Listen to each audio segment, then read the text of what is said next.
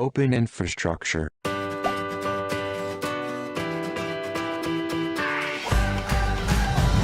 Soy co-reviewer del proyecto OpenStack Manila. I work with the OpenStack Scientific SIG, who are a great bunch of people brought together with a common purpose of using open infrastructure for scientific and research computing. 저는 오픈스택 기반의 퍼블릭 클라우드를 운영하고 있습니다. Kompanią Centrum Edukacyjne jest organizatorem corocznych konferencji OpenInfra Days Poland i przede wszystkim centrum szkoleniowym dostarczającym szkolenia z wielu obszarów OpenSearch, Linux, OpenStack, Kubernetes. Я ключовий рецензент проекту OpenStack Ansible та приймаю активну участь у житті інших проєктів OpenInfra. I am OpenInfra. 没有了吗 OpenInfra？ 我是 OpenInfra。 Jag är OpenInfra. We are OpenInfra.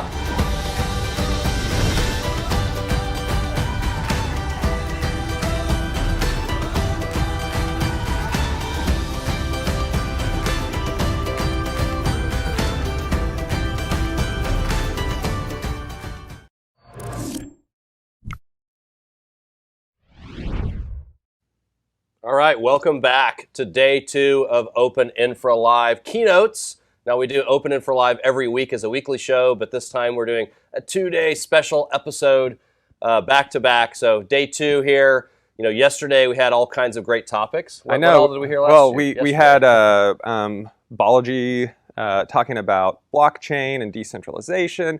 We had a bunch of users who were talking about their usage of Loki, which is Linux, OpenStack, Kubernetes infrastructure. We talked about public clouds. We talked about massive growth, more and more. It was a really great day to really dive into a lot of topics. Yeah, and Loki is very powerful. Everybody can use it. And, you know, as we're kicking off the day here again, I just want to remind everyone, drop your questions in chat.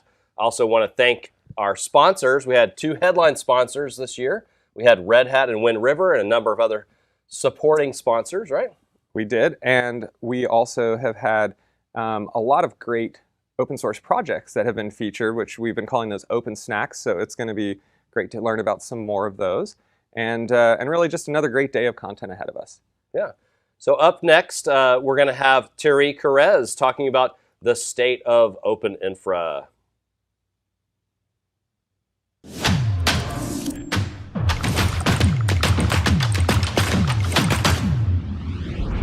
Thanks, Mark and Jonathan. Hello, everyone. For the next minute, I'll be giving you an update on the state of open infrastructure. We started this right 11 years ago, and the past decade was really about building open source communities who write infrastructure software that runs in production. It was the time of pioneers for open infra. It started with OpenStack back in 2010. But other projects followed in its footsteps using a comparable development model, most notably Kubernetes. The next decade is really about getting open infrastructure powered by open source solutions everywhere. Thanks to the pioneers, using open source to power computing, networking, or storage infrastructure is no longer a foreign concept. We are 1 year in a decade that will see more projects, more adoption, more innovation in use cases.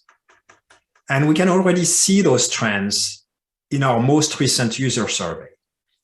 Looking at OpenStack, Mark and Jonathan presented yesterday several OpenStack public clouds and private clouds users growing their footprints well past the 1 million CPU core mark. But growth is not just with users like this who have been around for years. In fact, in the past 18 months, 100 new OpenStack clouds have come online.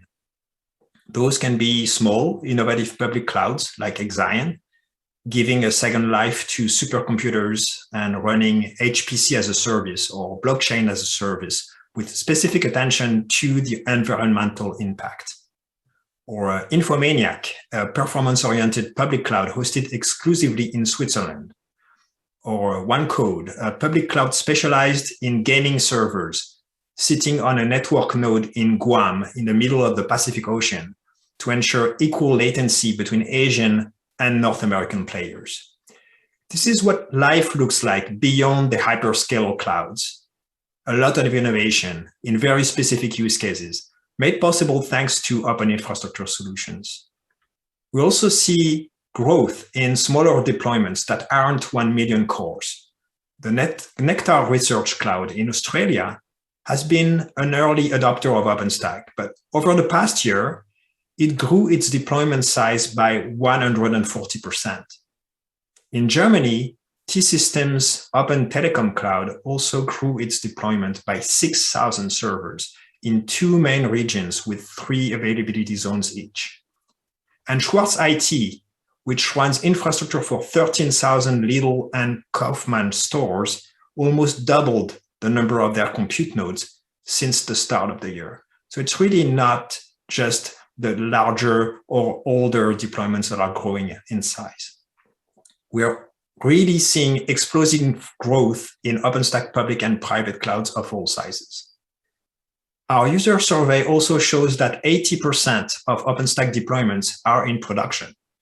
A lot of those deployments run a hybrid environment, with 53% also running workloads in AWS, 47% also running workloads in another OpenStack-powered cloud, and 40% also running workloads on Microsoft Azure.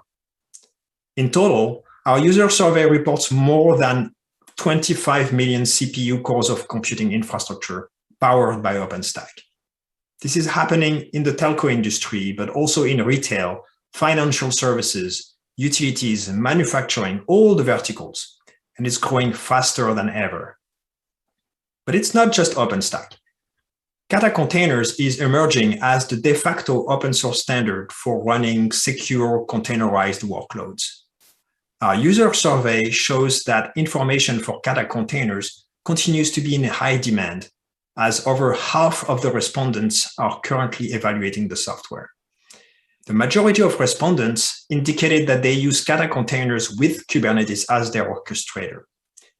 We got reports spanning several industries, including academic research, telecommunications, consumer goods, and manufacturing industrial.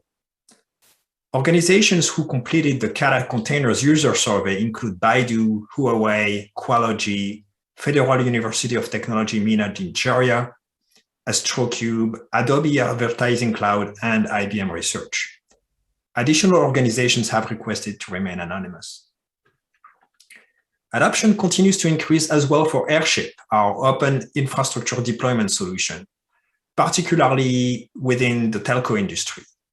Of the user survey respondents, 70% indicated that they're running both VM workloads on OpenStack and containerized workloads on Kubernetes, a feature respondents shared as to why they adopted the software. Organizations who completed the Airship user survey include ServerAnt, Havelsan, and SK Telecom. Again, we've got a lot more respondents, but a lot of them have requested to remain anonymous at this stage. Proof of concept environments for StarlingX are on the rise, with almost half of the respondents indicating this stage of deployment. But the top 3 use cases for StarlingX, accounting for over 75% of responses, are multi-access edge computing at 32%, industrial automation 26%, and universal customer premise equipment 20%.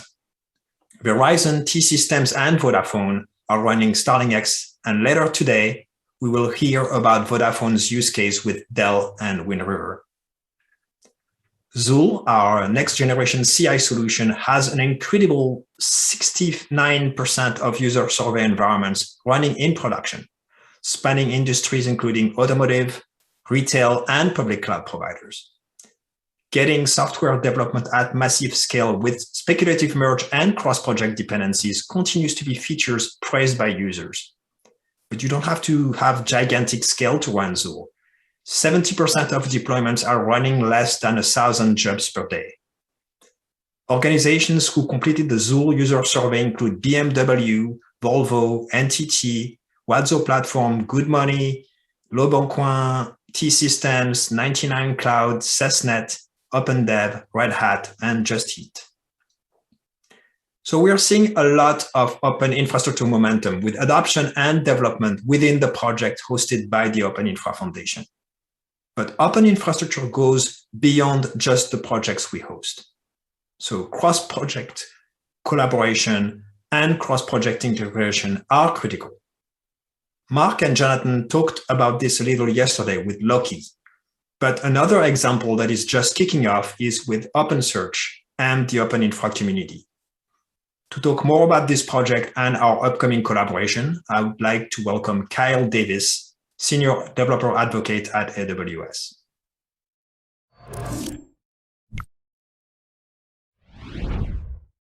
Thanks, Thierry. I'm going to talk a little bit about OpenSearch today. My name is Kyle. I'm a Senior Developer Advocate for OpenSearch at AWS, and I'm exclusively dedicated to OpenSearch. So what I'd like to do today is just first bring in a definition of what OpenSearch is. OpenSearch is a community-driven, we take our marching orders from the community, open source search and analytics suite derived from the Apache 2 licensed Elasticsearch 7.10.2 and Kibana 7.10.2. It consists of a search engine daemon, OpenSearch, which is analogous to Elasticsearch, a visualization and user interface, OpenSearch dashboards, which is analogous to Kibana, as well as functionality adding tools and plugins. Now, I've said a lot in this slide. Let's go and talk a little bit about the history and why this has come about and why you may have heard of it and what's happening. So Elasticsearch and Kibana existed for a long time, and they were open source licensed. They had a lot of use cases, and our customers at Amazon and AWS, internal users as well, kind of found a number of different things that they wanted to add to this open source core. And that came in the way of plugins and tools. These were all open source, and we released them together with the open source core of Elasticsearch and Kibana to create open distro for Elasticsearch. So let's fast forward a little bit. That happened in 2019. Let's go to January of 2020, where there was a license change. The creators of Elasticsearch and Kibana decided to take what was Apache 2 licensed and convert it to SSPL and Elastic license, which those are not open source licenses. So the decision was made to fork Elasticsearch and Kibana. So what happens then with open distro for Elasticsearch? So at that point, that project was put into maintenance mode, and then those plugins and tools were forked to work with this new project. And together, that formed OpenSearch. Now, I say this because OpenSearch is more than one thing. It's a collection of things. It's a whole project that has a number of different aspects to it. Now, what's important to that is that all of these pieces are licensed as Apache v2. This allows you to use, modify, extend, embed, monetize, resell, make part of your own product or service. And we have that consistently across OpenSearch and OpenSearch dashboards, all plugins and all tools. So what do you do with OpenSearch? So one of the first things you might think of is text search, and it's great at that. So it allows you to query your data in a more natural way, sort that data and how it's relevant to you, and you're able to have control over it. And then as well, when you start thinking about how you bring data into it, you are able to stream data into OpenSearch. It works great with high volumes, and it can be able to query that in near real time. Of course, it's distributed, so it can work across many different nodes and then have a scale out architecture. And then you're able to analyze that data that you brought in. So you can look at it in visualization, statistics, and there's lots of tools that allow you to do further analysis. Today, though, I want to talk specifically about a use case where you're taking OpenSearch and you are using it to analyze the outputs of testing and build processes. So in a complex piece of software, you have a number of different repos and dependencies that you're building and testing, oftentimes many times a day. Now, if you're trying to understand what's going on with that, you have a big challenge ahead of you, because you have to take in all that data and then understand what's happening there. If you were to go to every single process and look at those different processes and try to understand what would happen, it would take you forever. So you can take all that information, the output of these processes, and put them into OpenSearch. From there, you can start looking at how you can search through that data, just looking for specific keywords as an example, or you can aggregate that data and get a higher level view without having to view each individual document. You can then, of course, take that data and visualize it in a way that will help you understand things without having to page through even the aggregations, and present it in a human understandable chart. It's colorful and can be presented to people without a lot of context.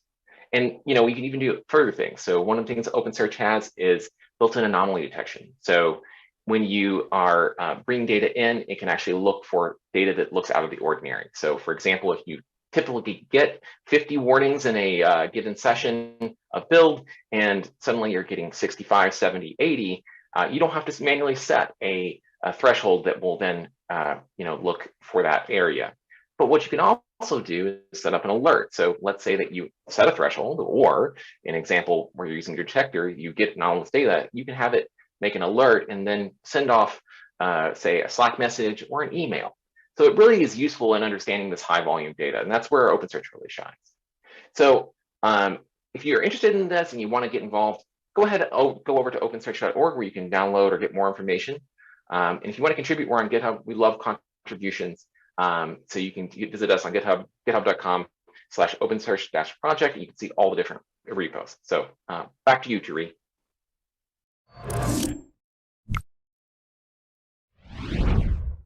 Thanks, Kyle. That was a great presentation.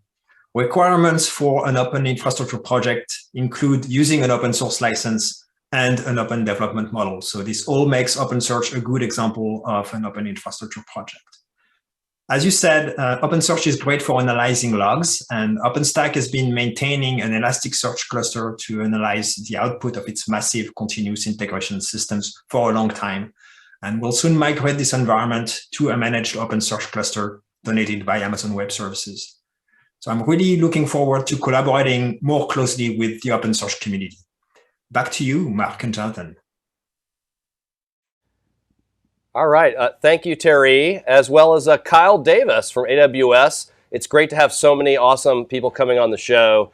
And, we're seeing the explosive growth of OpenInfra all over the world, not just OpenStack, but many, many other projects. And it's great to have people like Kyle on from AWS to share what they're doing with OpenSearch. Yeah. So a lot of cool stuff today. And you said all over the world. We're going to take a little time next to zero in on China and some of the usage of open source infrastructure that is happening there. So let's go ahead and hear from Haoyang.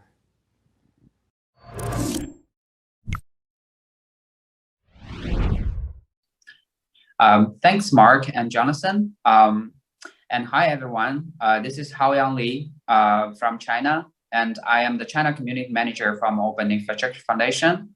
I'm mostly working here closely with our local community to support our members as well as the local community to grow our ecosystem and to participate in the project globally. And today I would like to share with everyone about how is OpenInfra going in China.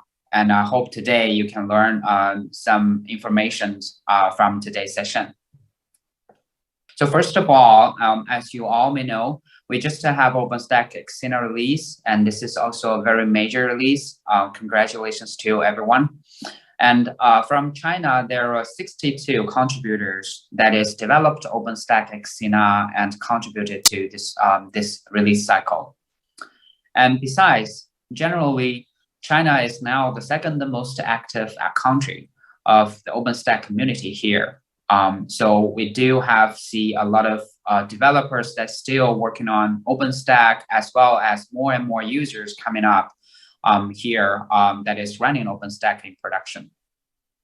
And thanks to all of our members here who deployed OpenStack contributors and also support the project moving forward. The general OpenStack growth in China. So overall now, 70% of OpenStack deployment in China are now in production. And this is a very big number. And besides that, 65% of organizations are now running hybrid cloud, but the majority running over half of their overall cloud infrastructure on OpenStack. So this is also very exciting. From worldwide, nowadays we have overall 25 million cores of OpenStack that is running on production. And besides, among all these million cores, China Mobile here is one of the largest users, and China Mobile is now running 6 million cores in production. Congratulations to China Mobile. And from the survey that we collected from this year, we can see here in China, the top industries for OpenStack is now the academic and research areas, the energy industry, finance area, the IT industry, as well as the telecom industry, which is a very important area that OpenStack is running and being used. So the OpenStack community in China is very diverse and big. So we have most of the activities are now running on on WeChat group. We do have the multiple WeChat groups that is covering various topics like the project itself, OpenStack components discussion, and we do have the WeChat group that is covered SIG, for example, like multi-arc SIG. And we also have the WeChat group that from multiple meetups that we have been organized, as well as the summit. So from the activity side, we have the regional OpenInfra Day China, which is a big annual event here in China that is covering all of the OpenInfra projects. And we also have the small meetups quarterly that is organized by either members or multiple members. And we define the theme for each quarter for the topics. And then we starting collecting those topics from the local community so that they can share knowledge and exchange their experience through the meetup. And also we do participate in the hackathons that is organized by other organizations, and people can sitting together, especially like OpenStack and Kata, and they can fixing bugs and also talking about new features and the roadmap. And besides that, we also have the OpenStack WeChat public account, which is a subscribable account, and we share news, updates, as well as top technical articles to all the subscribers. Nowadays, we have around almost 8,000 subscribers for our OpenStack WeChat account. And for each article that we posted, we have around from 100 to 2,000 plus reviews for each article. So besides OpenStack, Kata is definitely still also very active in China. Besides, we do have the important developers, core contributors, as well as the important users here in China that is around Kata. So as the same with OpenStack, we also have the WeChat group for Kata, and we also have the Kata user group on WeChat as well that is specifically gathering the users here in China, and they share the knowledge and experience on how to deploy Kata and use Kata. So overall, from China, the Alibaba, Ant Group, Huawei, Inspa, China Mobile, ByteDance, and Baidu, as well as several finance service organizations are now participated in Kata community, either as core developers or as the users. Especially several of the companies or the major internet companies, as well as the finance service organizations, they've been working on the POC, as well as the user cases that they deployed Kata in their services and environment. And we do also have the Kata meetups that is happening here in China. And also we do have the WeChat public account as well for Kata. And for nowadays, we have more than 1,000 subscribers for Kata public account. And they followed us to learn about the latest technical updates as well as the user cases. So besides participating and engaging with the community, nowadays more and more companies and contributors started to open source their project and contribute their project back to our community. For example, like the Taibai project, which is a multi-cloud management project, and it has been contributed back to OpenInfra Lab. Congratulations to VibraHome who open sourced the Taibai project.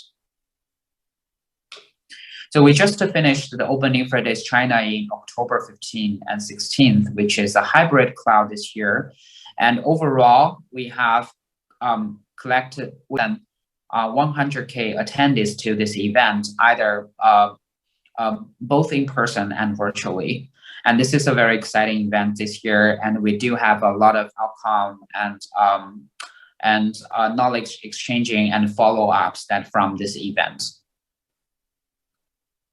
And besides that, as China has grown very fast in open source area and more companies starting to participate in open source industry. So we do have the cross collaborations around open source in China with multiple organizations, including like just I mentioned, we have OpenStack and Kata participated in the open source hackathon that is organized by SESI.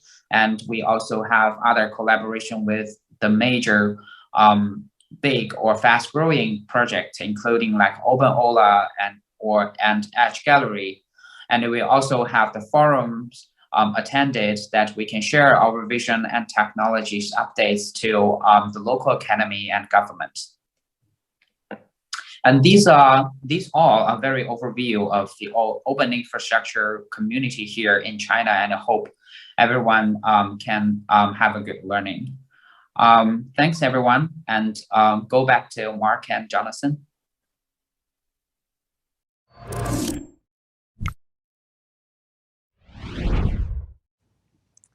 Wow, so much momentum happening in China.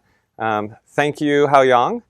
As we've seen this growth that's happening across all kinds of infrastructure, one of the other things that I think it's important to keep in mind is as the infrastructure usage grows, so does the investment and the cost. And this is something that a lot of people have really had to start thinking about as their cloud bills have grown and as they have had to spend more and more on building out their infrastructure. Yeah, it's a great point. I mean, all this cloud adoption is great, but it's very costly, right? It takes millions, billions of dollars actually are going into infrastructure spend. And of course, we're trying to help enable that in very cost-effective ways with open source and things like that.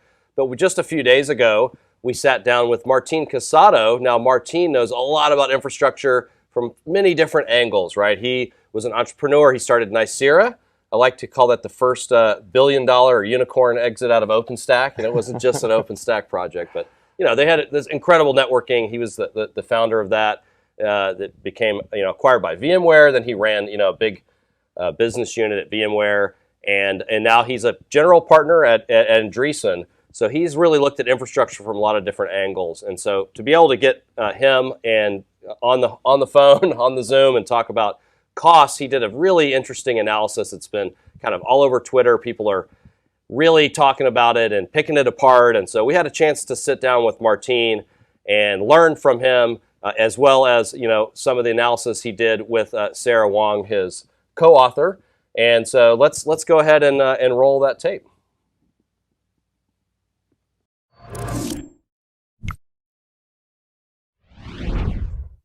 All right, Martin, it's so exciting to have you here and talk about cloud economics. Everybody's talking about the different choices in cloud, and you and Sarah Wang just did this really in-depth analysis about the economics and looking at public cloud versus alternatives. So tell us a little bit, why did you even study this in the first place?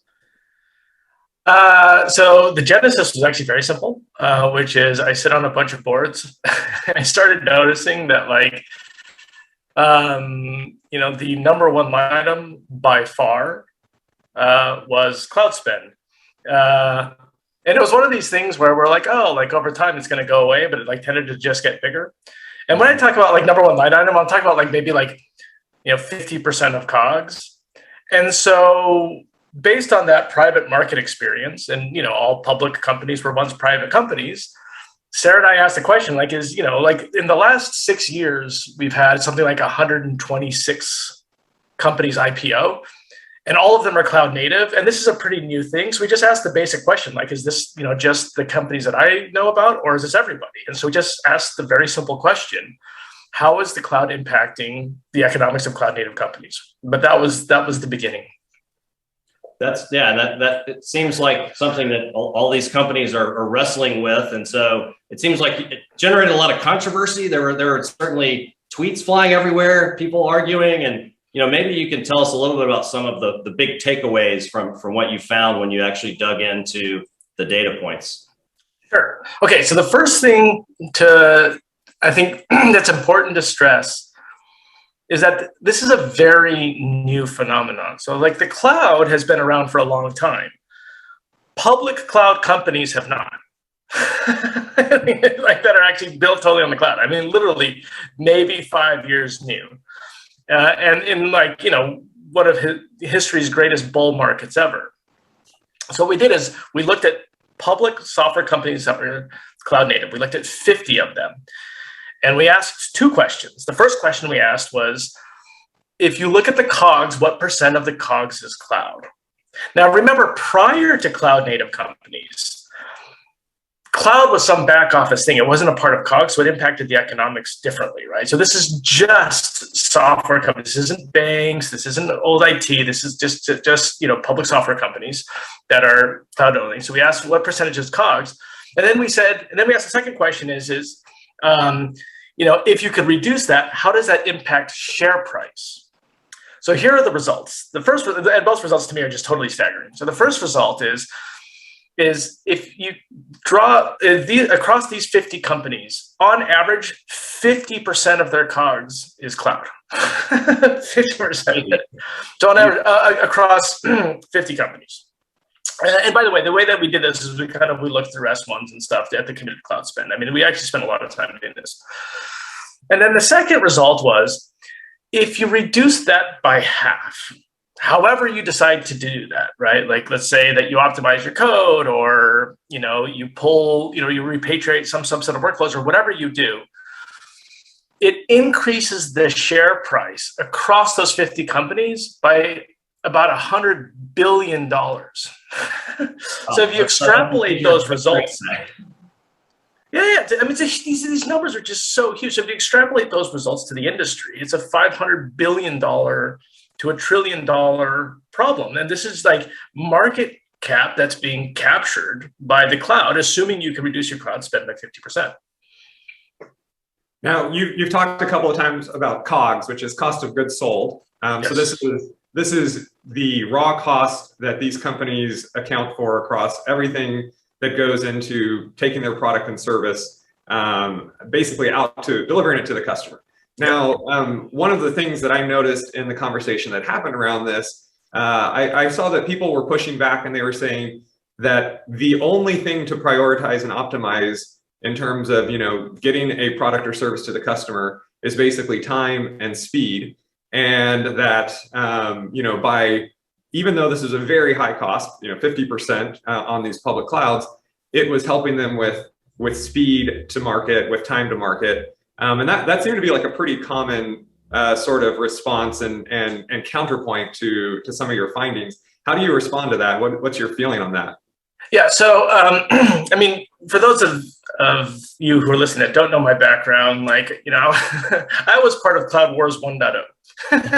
So Cloud Wars 1.0 was cloud versus internal IT, right? And so let's say you're at a Fortune 1000, and you need to get some a desktop. You work with internal IT. Like this is kind of like the framing of the first Cloud Wars, and is a very common one. And here it totally makes sense to kind of consolidate and have professionals do it, etc.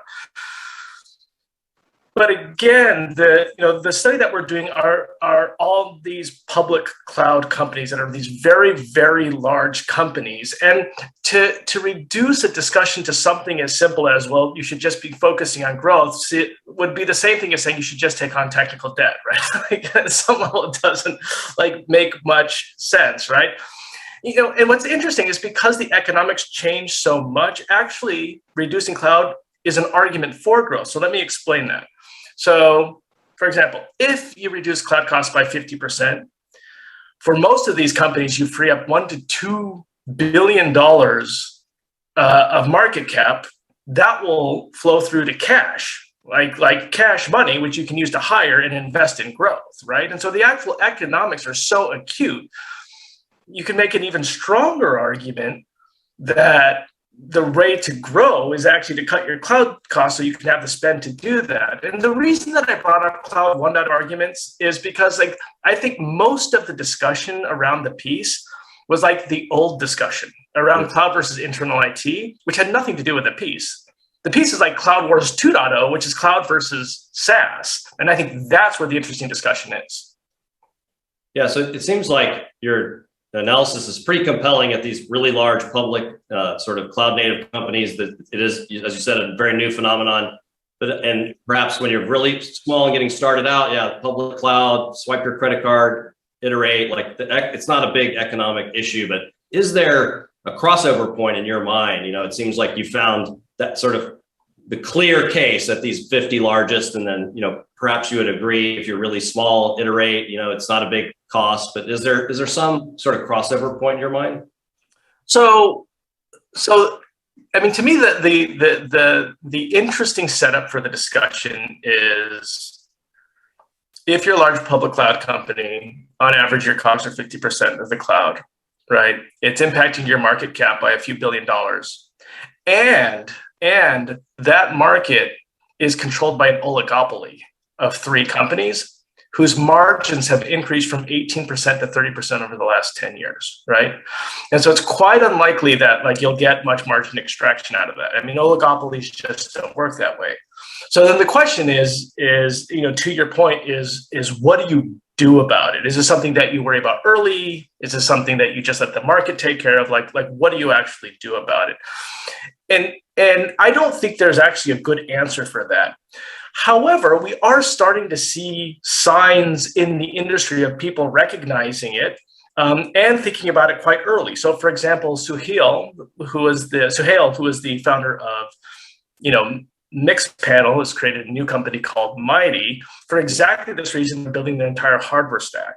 If you've watched what Cloudflare is doing, Cloudflare is taking direct aim at AWS and announcing things like R2, which is kind of an S3 competitor, by doing, you know, egress pricing. And so, again, I think the question is less, you know, if you are doing a startup, should you or should you not use cloud? The answer, of course, is yes, you must use cloud for sure. Like that's the only way to do modern development. I would never recommend anybody do not use clouds unless you're a core infrastructure component. Then maybe you should think earlier about that. And then once you start getting at scale, you may want to start looking at these alternatives. Like there are now these kind of niche clouds that are focusing on cost optimization in certain areas that you may want to consider using. And so I don't think, you know, the purpose of this piece was not to tell SaaS vendors to repatriate. It's to say that you've got $1 trillion that are locked into this unsteady truce with an oligopoly, and something's going to happen, and it's going to be big, and a lot of spend is going to be moving around, and I'm all for it. So one last question for you. You know, this piece was awesome. Thank you to you and Sarah for all of the time and analysis that you put into it and publishing it and starting this awesome discussion.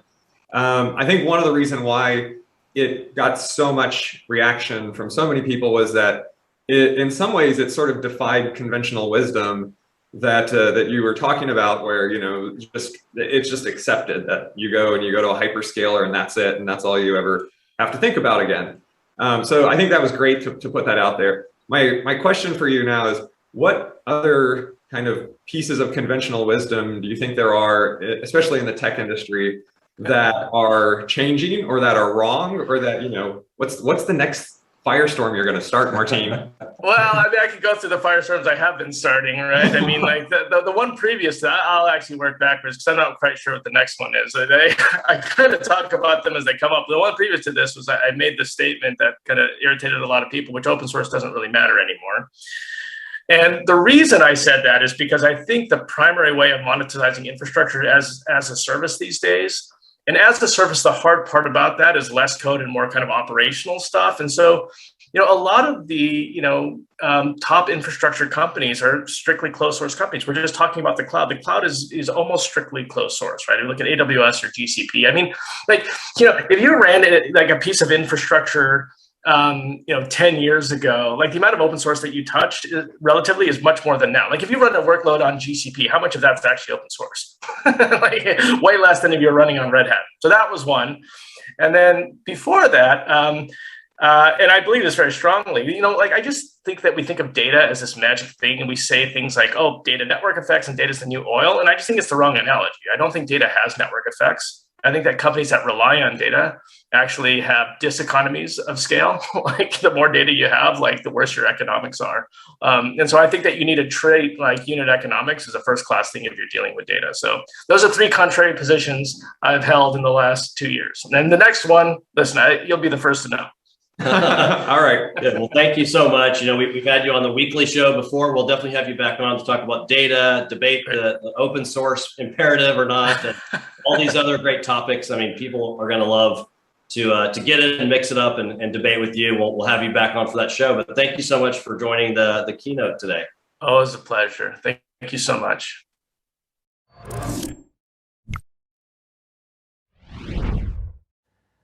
All right, well, that was a great opportunity to sit down with Martin. At the end there, he kind of threw a curveball, like, open source doesn't matter. That's a great opportunity to have him back on the show. And I will take the other side of that debate, but I'm sure many of you out there would love to join that episode as well. So we'll definitely get him on the calendar. But up next, I think we're going to be talking about public clouds. That's another way people are accessing OpenStack, right? Yeah, we mentioned yesterday that the OpenStack public cloud footprint has grown to almost 180 data centers around the world. And so we have a number of new companies who have entered the market. We heard from Nipa Cloud, which is based in Thailand yesterday. Jimmy McArthur from the OpenInfra Foundation talked with Dr. Abhishek, the CEO of Nipa Cloud, yesterday. And Jimmy is back to talk with some more public cloud executives and talking about just that continued growth and why public clouds are not something that we're going to see just consolidated into a single region and into a small set of companies, but really something that we need to be able to build all over the world for all kinds of different use cases. So up next, we have Jimmy, Victor, and Johan.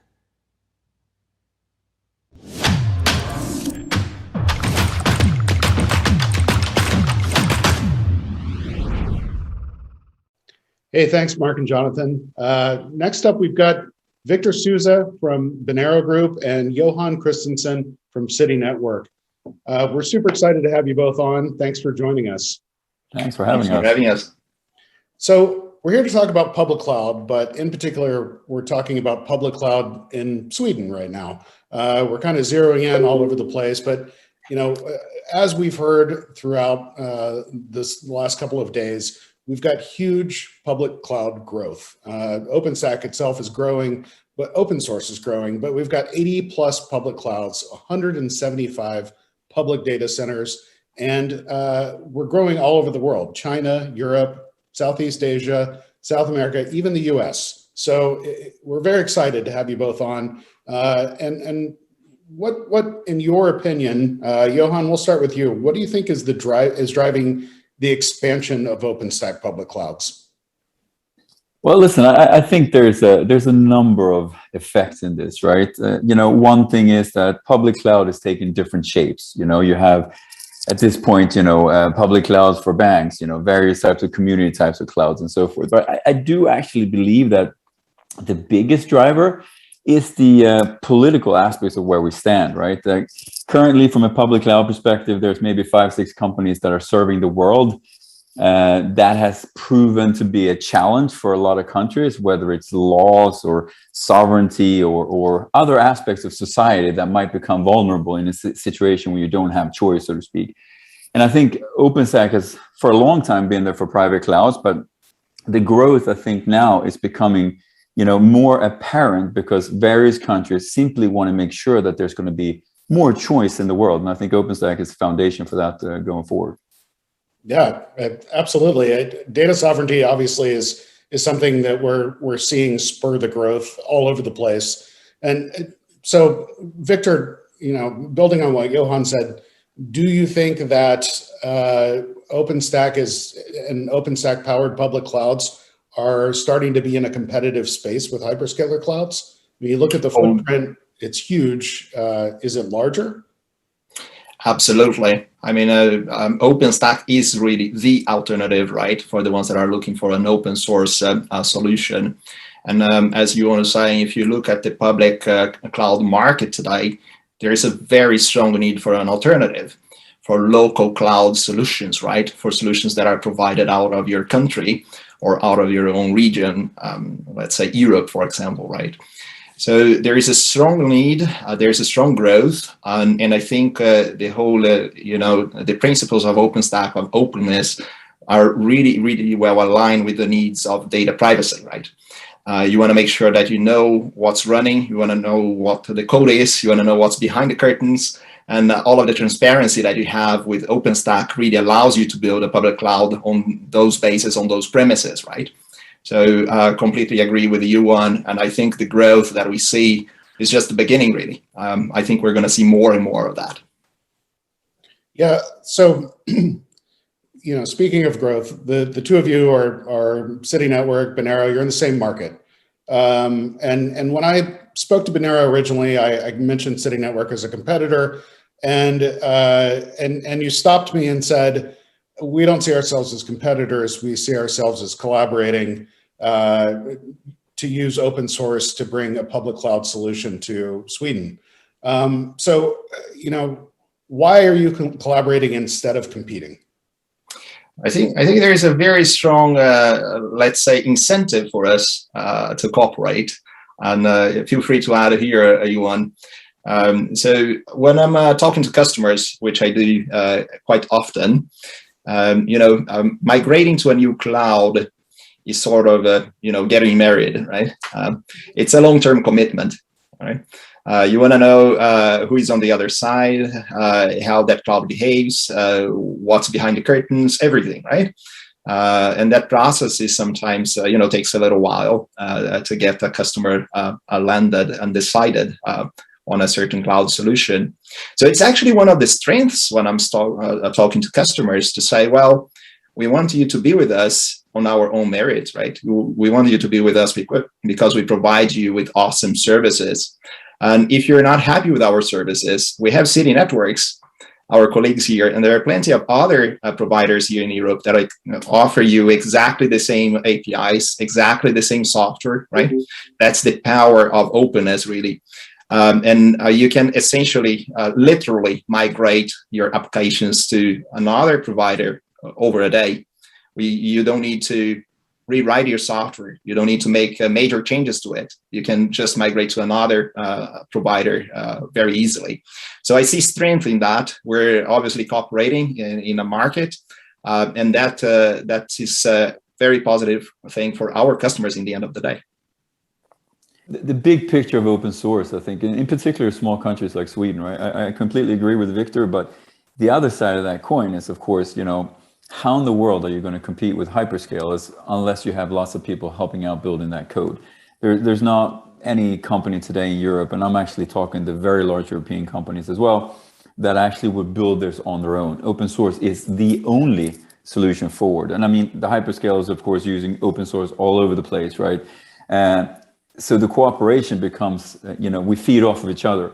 If we didn't have other companies, including Bonero, for example, helping out building out OpenStack, we wouldn't be where we are today. So it's both that side. The other side of the equation, of course, is also that there are 3, 4, 5 major companies out there. And I think for most public cloud providers today, I think those are the bigger competitors, so to speak, to be had. So, but the open source side is a key aspect, I would say. Yeah, I love that. And you mentioned the hyperscalers, and of course, they're part of the solution as well, right? It's a fact. It's happening. I guess you could say it's a hybrid cloud world.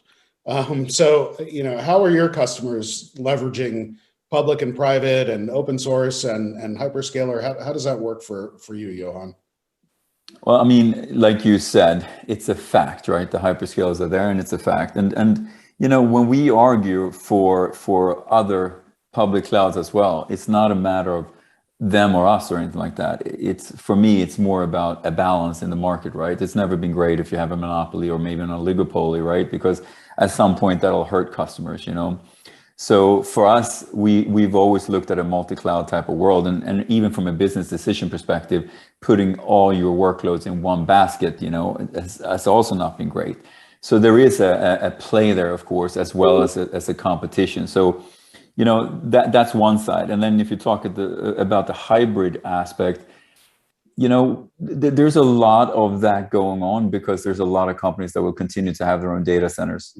Just like Victor said, OpenStack works great in your own data center. You can easily, of course, federate that out into a public cloud as well. So I think we're hitting best of both worlds there, where you can actually do something homegrown if you want to do that, but you can also play with the big players and have us as an intermediate in that, and it works out well for the customers.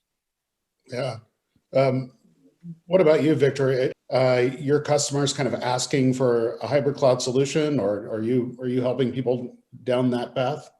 Oh, definitely, definitely. As Johan said, it is a fact, right? And I would say that the legal landscape changing has triggered a lot of customers that had all of their workloads in a certain place to come to us and say, hey, let's take a look at the full solution we have here right now.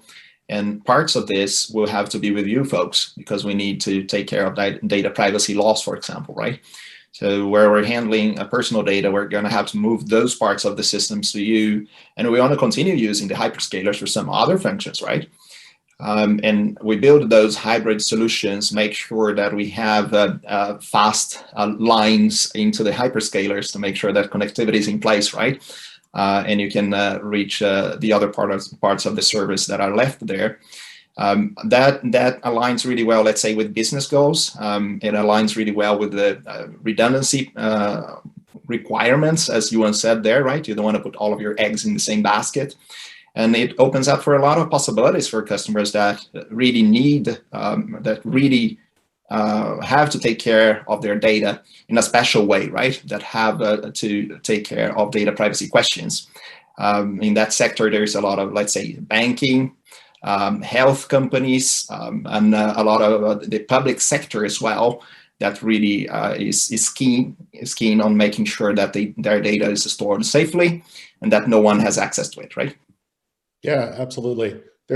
I know there's the Italy's Cloud Nazionale initiative, which is basically bringing all government records into the cloud. And I think it's still up in the air whether they choose an open source solution for that or not. But we're seeing a lot of movement along that. What's next in the hybrid cloud landscape? Would you like to start, Johan? Well, I mean, if we just take this regulatory situation, I find it fascinating, Jimmy, to be honest, to see where we're heading. We're seeing movements that, frankly, had you said something to me 3 years ago along the lines of this, I would have thought you'd be, crazy or something, right? Because we've been so used to using certain software, certain providers, and for such a long time that it's built up, walls to do anything else. And I think that you're going to see a trend of continued change, meaning that, and I'll say this bluntly, I think that the governments here in Scandinavia, starting with Sweden, will start making some big announcements here before the end of the year, where they're literally not only going to encourage open source, but they're going to go open source to a very large extent. And that means also moving away from some of those traditional providers that we've seen, which is for any government or any government agency, so to speak, a huge deal, because there's so many avenues where that's a tough journey. But it's actually happening at this point. So I would say that the trend would continue to be where, Europe wants to continue to make sure that they can actually provide balance, meaning choice, as well as making sure that, laws and also values can be adhered to. Yeah, that's super interesting. I didn't know that about Scandinavia, but I love it. Victor, final words? I can't concur more with what Johan just said. Definitely a strong trend towards open source here in Scandinavia. It's a very special place, right? If you look at the country, all of the hyperscalers are very present here in the country and in the region here in the Nordics, right? Because there is a lot of business. There's a very hot startup landscape as well.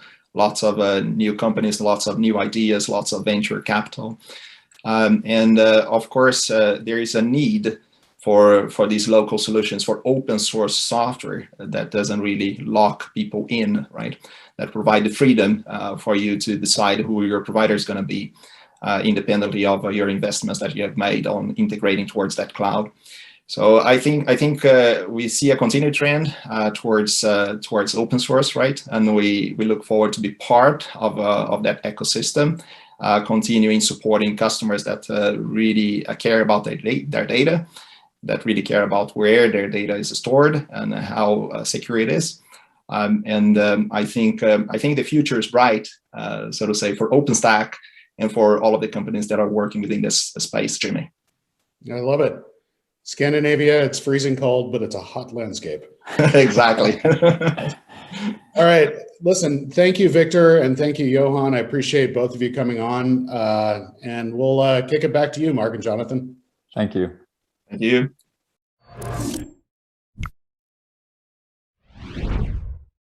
All right, thank you, Johan, Victor, and Jemmy. Now, one of the other things we want to talk a lot about is hybrid cloud. This is a very hot topic these days. This is something the OpenInfra Foundation is really investing in advancing these kind of use cases. And it's no wonder that this is something that people are interested in. If you look at the data, last year it was about $50 billion estimated USD in terms of the market size. And in 5 years, it's supposed to be $145 billion. So the market clearly wants hybrid cloud solutions, right? And if you look at the OpenStack users from our user survey, for example, 75% of OpenStack users from our user survey are running in a hybrid cloud environment. So that's what we're really responding to with our community, with our foundation. Yeah, and we've talked a lot about OpenStack public clouds, and that was a great segment where we talked to some public cloud providers in Sweden. But next we want to talk to a user that is running in a hybrid cloud scenario. And continuing with our global theme, we're going to travel from Sweden to Turkey and talk with a product manager from Trendyol who was interviewed by Allison Price. And I think they're running the Loki stack, are they not? They are. Yeah, that's a good point. Loki it's user. Another Loki user. So let's hear from Allison and Trendyol.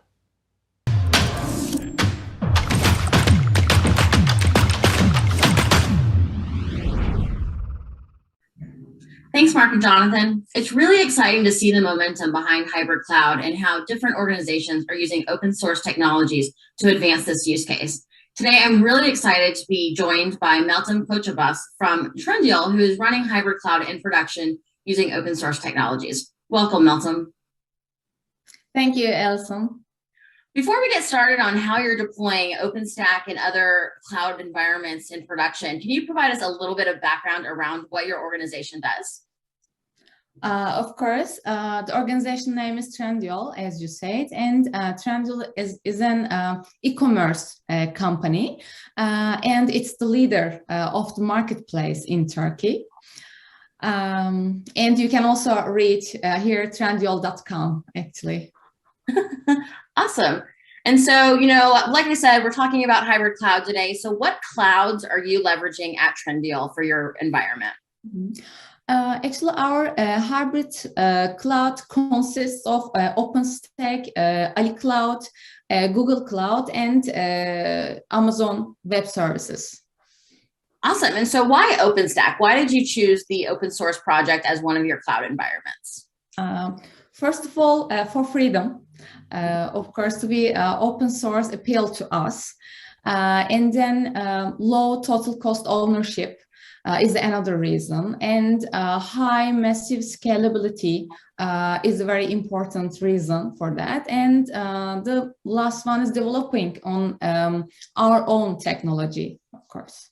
So so within your hybrid cloud environment, like what workloads are you choosing to run on your OpenStack environment? First of all, for example, CDN platform run on the Amazon Web Services, and BI and big data analysis run on the Google Cloud, and some web services on our part. For example, the search web services and the discovery, etc., run on the Ali Cloud on our part. Okay, so it's definitely, a broad hybrid strategy that you have with all of these different clouds architected together. How many data centers? What is the scale of your hybrid cloud environment? Mm-hmm. Trendyol has 4 different data centers. 3 of them are physical data centers, and 1 of them is a cloud data center, which is working on the Ali Cloud. And we are using OpenStack, Hyper-V, and VMware platforms in our data centers. And in case of high traffic or any problem, we direct to a cloud data center traffic. Awesome. So it's really cool to see how you're using all of the different technologies all together. But zeroing in on OpenStack, how has this technology specifically impacted your organization? Mm-hmm. Actually, I try to explain in 3 different points of view. First of all, deployment. On the deployment part, provision from bare metal to operating system, approximately 100 nodes within 1 and 2 hours. And install and configure part, OpenStack on the approximately same 100 nodes in less than 1 hour. And the second point is resource agility. On this part, time to deploy 1,000 plus instance, average 2 hours, and time to deploy, delete 1,000 plus instance, average 30 minutes. This time is very good on our side, actually. And the last point is scalability. We get the ability to scale compute and block storage pool dynamically. Awesome. And you touched on some data points there, but one of the things that I love the most is hearing the scale and the your OpenStack deployment. So how big is your OpenStack deployment? Like, how many cores do you have and how many hypervisors? That's definitely where a lot of my passion lies personally. You're asking for our scale, right? Mm-hmm. I will explain the total results on the 3 data centers. Compute power over 100,000 cores, and a hypervisor over 1,500, and storage area over 5 petabytes. Wow, it's great to see open infrastructure at such scale. We've talked about OpenStack, but are there any other open source technologies that y'all are deploying over there at Trendyol? Actually, we are using Ceph as an open source data storage, and just that for today, actually. Awesome. Well, it's great to see another open source technology deployed in production. Thank you so much for talking about your hybrid cloud use case today. I've learned a lot, and I think it really shows, how this overall momentum is impacting the global industry, and especially there in Turkey.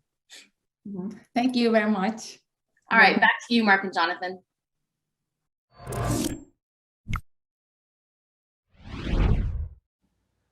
Thank you, Allison and Trendyol.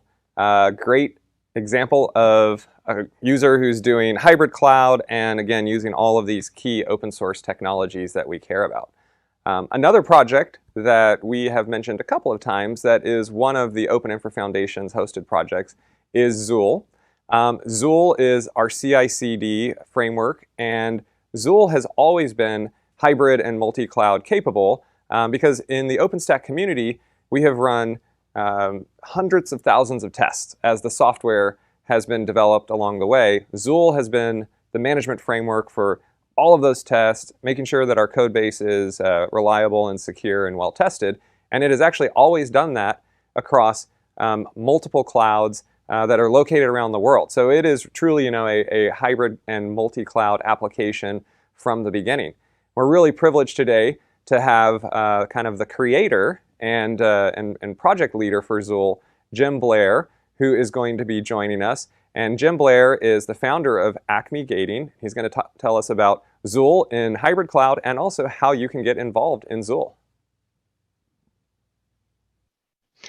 Thank you, Mark and Jonathan. My name is James Blair, and I'm here to talk a bit about Zuul. Zuul is a project gating system that we originally developed for the OpenStack project, but it's grown quite a bit since those early days.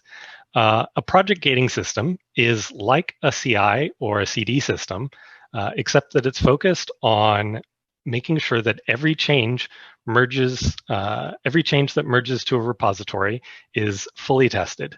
So it's great for developing large projects like OpenStack, where there are multiple components with relationships and dependencies on each other. It's great for doing continuous deployment and GitOps and things like that. We've been working on Zuul for quite a while, and I'd like to talk about what we're doing in preparing for our latest versions, Zuul version 4 and version 5. We're working on 4 right now. 5 is going to be a big milestone for us. That's going to be the version where we have removed any single point of failure in the system. So it's going to scale up in ways that that I think are really unique to a CI and CD system. We want Zuul to be able to scale up and scale down. So whether you're using this enterprise-wide across multiple organizations, or if you're using it in a small work group, we want Zuul to work in both use cases. As part of our work towards this large scalable system, we've been adding more and more drivers to Zuul. So it works with a number of code review systems. We have people using it in with GitHub, GitLab, Gerrit, and Pegure, and it also works with a number of cloud systems. It can use nodes from OpenStack, AWS, Azure, OpenShift, Kubernetes, and Google Compute Engine. And we're adding more to those all the time. One of the great things about having a purely open source CI/CD system is that we're not very opinionated about the rest of your tooling. We aim to work with any of these systems, and that really gets to how Zuul helps with the hybrid cloud scenario. It's because it's not built into the code review system, and it's not part of any particular cloud, it can work with any of those things.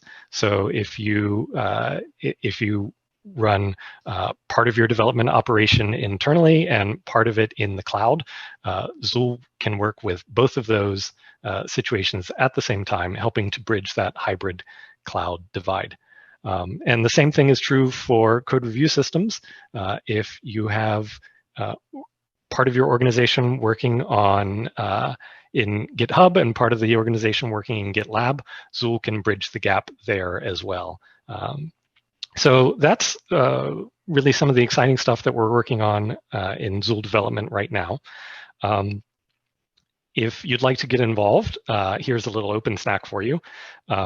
Just go to zuul-ci.org, and we've got links on our homepage for how to join our mailing lists, how to join us in chat using Matrix, and how to get started making a contribution. We also have guides to get starting get Zuul up and running quickly.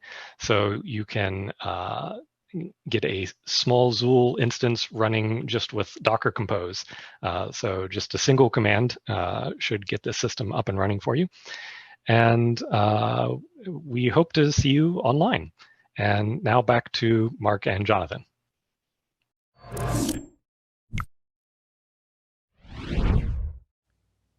All right, that was great hearing from Jim Blair. Always a pleasure. He's one of the OGs in Zuul, and he's doing so much great stuff at Acme Gating. Now, next up, we're going to be hearing from a Kata user, Kata containers. They're running in production, of course, with Kubernetes. Which user? Well, it's Ant Group, and we're excited because they run it at massive scale, and they're not only going to talk about their use case, they're also going to talk about how you can contribute, which is one of our big themes this week during the OpenInfra Live keynotes, how to contribute. So we're excited to have them, and conducting that interview right here from our OpenInfra Foundation is Sunny Sai, and she will be interviewing Peng Tao from Ant Group.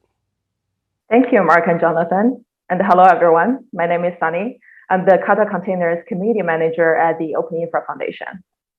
Today, I'm joined by Tao Peng, staff engineer of Ant Group. For people who are in the Kata community, you probably know Tao already because he's a very active community member and contributor and a member of the Kata Containers Architecture Committee. As one of the largest Kata container users, Ant Group has very large deployment of Kubernetes, and about 10,000 nodes of them are running Kata containers. Tao's team is responsible for the runtime and cloud-native storage of Ant Group. So thank you, Tao, and your team for your contribution to the Kata project and the community.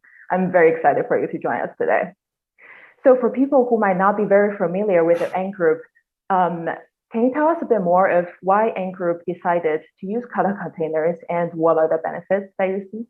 At N Group, we aim to create the infrastructure and platform to support digital transformation of the security of the service industry. We strive to enable all customers and small businesses to have equal access to financial and other services that are inclusive, green, and sustainable.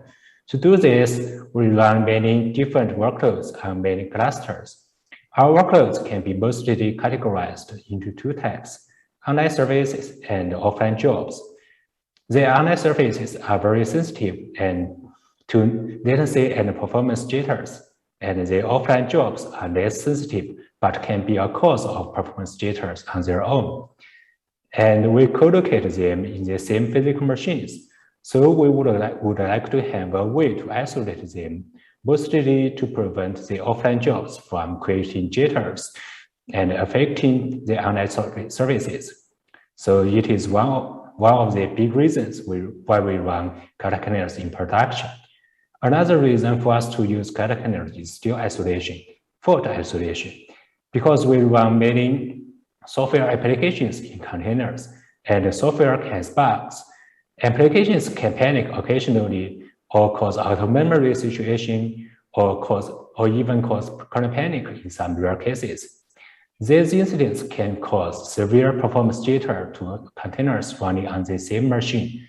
So we would like to use a separate kernel to isolate them with virtualized containers. And again, Kata containers is a natural fit to do it. Right now, we have put many of the offline jobs inside Kata containers in production, like MapReduce and machine learning jobs. We run Kata containers on about 10,000 nodes in production. It helps us to contain the jitter source and gain much more stable application performance overall. Awesome. It's really great to hear the large deployments that are running on Kata. Also, like you mentioned, work isolation is very important to N Group and many other users as well, which is the main reason why your team is running Kata. Kata really utilizes hardware-level virtualization to keep containers isolated both from each other and from their host system. So Kata is able to offer deeper isolation levels between individual workloads and achieve this to a greater extent than similar systems. So isolation is good. And I know that Kata containers also integrates with container management layers, including popular orchestration tool like Kubernetes. So is N Group integrating Kata with Kubernetes at all? If so, what are the benefits of this implementation? All of our containers in production are running with Kubernetes, and that includes both Kata containers and the traditional Vansca containers. Kubernetes eases our burden of container maintenance. It automatically handles container orchestration, scheduling, resizing, and recovery. And Kata containers integrate smoothly with Kubernetes. It works as part of Kubernetes, and we can easily mix Vansca and Kata containers in the same cluster. It's awesome to hear the seamless integration of Kubernetes and Kata containers.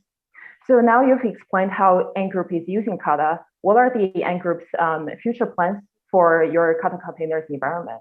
Right now, we run most of our Kata containers with 2.x releases, and we cooperate with the Alibaba Cloud Container Sandbox team to create a Rust version Kata runtime, integrating the runtime and virtual machine management components into a single process. The new architecture is being deployed in production right now, and we are working to contribute the feature to the Kata community, make it a part of Kata 3.0 and benefit more Kata users. Along with the new architecture deployment, we are still expanding the coverage of Kata containers at N Group. We look forward to running more offline jobs in the future and want to experiment with putting online services inside Kata as well.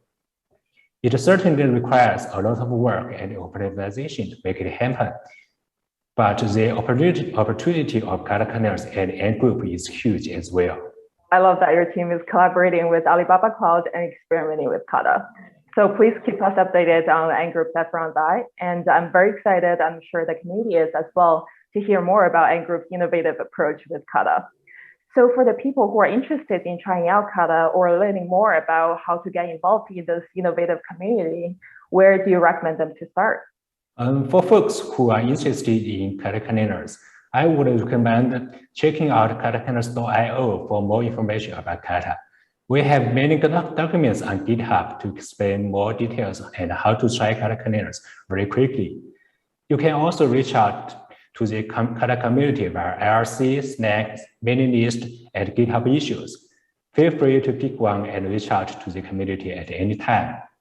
And for users who are already running Kata containers, I would recommend taking the community user survey to tell the community your use cases so that we know where the community focus could be.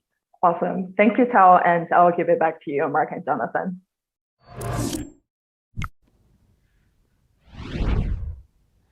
Thank you, Sunny and Peng Tao. That was great to hear about Kata containers. When we started to expand the set of projects that we help to support and organize within the foundation, Kata containers was actually the very first project that we took on. And this is something that we've since added more projects. And we mentioned yesterday, Taibai has joined the OpenInfra Labs community and is another project. And if this is something where you are interested in building a community around a project, bringing people together to solve a technical problem in open source, we would love to hear from you and talk about ways that we can design a community to come together and work together in the open. That's one of the things that I have really enjoyed doing here at the foundation. Building those communities. That's what it's all about. Yeah, and you may have caught me earlier. I know, are you taking selfies over here? You caught me tending my selfies. But yes, you can always be part of the show from the chat, from Twitter, from anywhere, So follow us on Twitter, Sparky Collier, J Bryce. Little side note. Anyways, we got so much else going on today. So first of all, thanks to everybody in the audience. We've had some incredible chat going on. A bunch of folks have been interested in how to get involved from the community in China. And it was amazing, that update actually earlier from Horace. He said they had 100,000 people engaged in the virtual recent OpenInfra Day. That's crazy.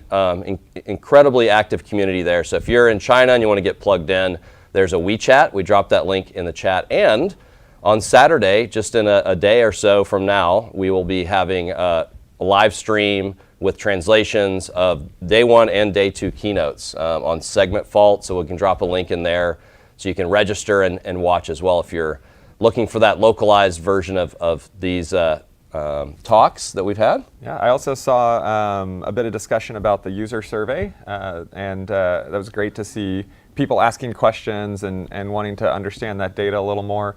This was the first year that we had user surveys for all of the projects. And you can go to openinfra.dev/user survey, all one word, and see all of the user survey reports for all of the projects, as well as take a user survey for any project that you're using. It's really helpful when we get our users to fill out those user surveys. We're able to take that feedback and share it with the community and understand which technologies people are using together, how they're deploying it, what the use cases are, and it just really helps us have good information for the community about how the software is getting deployed out there. Yeah, so we're constantly getting more information for, as you said, the user surveys are always open, and openinfra.dev/user survey now gives you easy access to the latest data, but also links to take all those surveys. And another thing that we're very excited about, we talked a bit yesterday about the Berlin Summit coming up in June. Now we have a very special world debut of a video featuring one of our community members in Germany. So at the end of the day today, make sure you stick around for the final, it's kind of like one of those Marvel end scenes. I don't know. I guess you're not supposed to announce those ahead of time. I don't know. We have an end scene. It's going to be awesome. So you're definitely going to want to see that. And we have sponsorships already, information about those on openinfra.dev/summit. Registration's open. Yeah. So we've been selling tickets since we opened. Yeah, people are already, the early bird tickets, there's a limited number and people are already starting to buy those up. So early birds get the ticket to Berlin. Is that what they say? I think that's how it works. Yeah. What else? Well, we've got more coming up. I mentioned, Kata Containers was the first project beyond OpenStack. We just heard from Blair about Zuul a few minutes ago. Another one of the projects is Airship, and Airship is a lifecycle management project that enables kind of a combination of bare metal, virtual machines, and containers within a single environment. And it does this in a way that's very repeatable and highly automated. And Airship is one of the projects that had a major release this year. Airship 2.0 came out in April. And really, Airship 2.0 was a very big release and a lot of advancements over the first version of Airship based off of what the community had learned from running Airship 1 in production. Especially, the AT&T large production deployment of Airship brought a lot of real-world operational knowledge into the project. And so Airship 2.0 was a great release, and it follows a few of the trends that we've been talking about. It combines Linux, OpenStack, and Kubernetes. So this is what do you call that? This is another example of Loki. Oh. And this is also, with Airship 2.0, this is also a project that enables hybrid cloud scenarios. So you're able to put your workloads on physical servers or virtual machines or Kubernetes environments that you may be running on premises, spread out around an edge. Also, you're able to manage those workloads across public clouds. So a very big update that the community put together and released in Airship 2.0 this year. Really exciting to see the progress there. And if Airship is a project that you are interested in getting involved in or learning more about, this next segment will help you out on that front.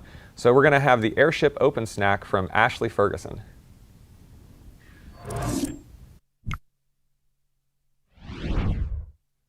Thanks, Mark and Jonathan.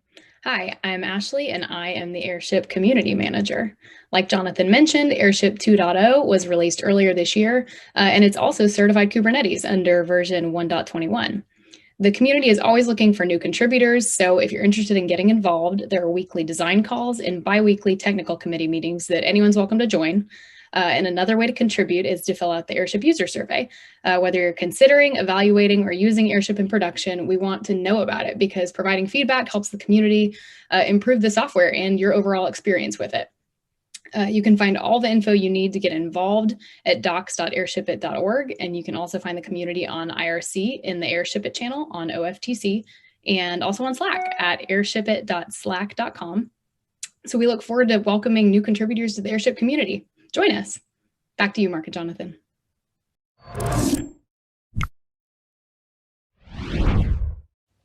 All right. Thank you, Ashlee, for that overview of what's going on with Airship and how to contribute. Now, we've been talking a lot about hybrid cloud and a bunch of different use cases. There's another use case that's really, really growing rapidly. And here at the OpenInfra Foundation, we're doing a ton of work bringing new companies into the fold and new projects and seeing major advancements there. And when you look at global connectivity, which is that use case, you see, for example, with the wireless internet service providers, we're looking at doubling over the next 5 years, up to 50 billion connected devices by 2030.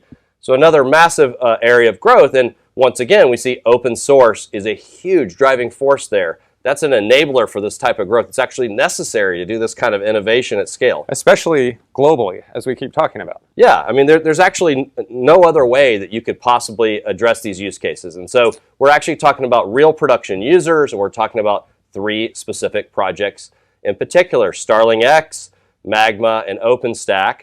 So we're about to have some great speakers for each of those examples and go into more detail. And first up in this segment is a panel hosted by Ildiko Vansca talking about StarlingX.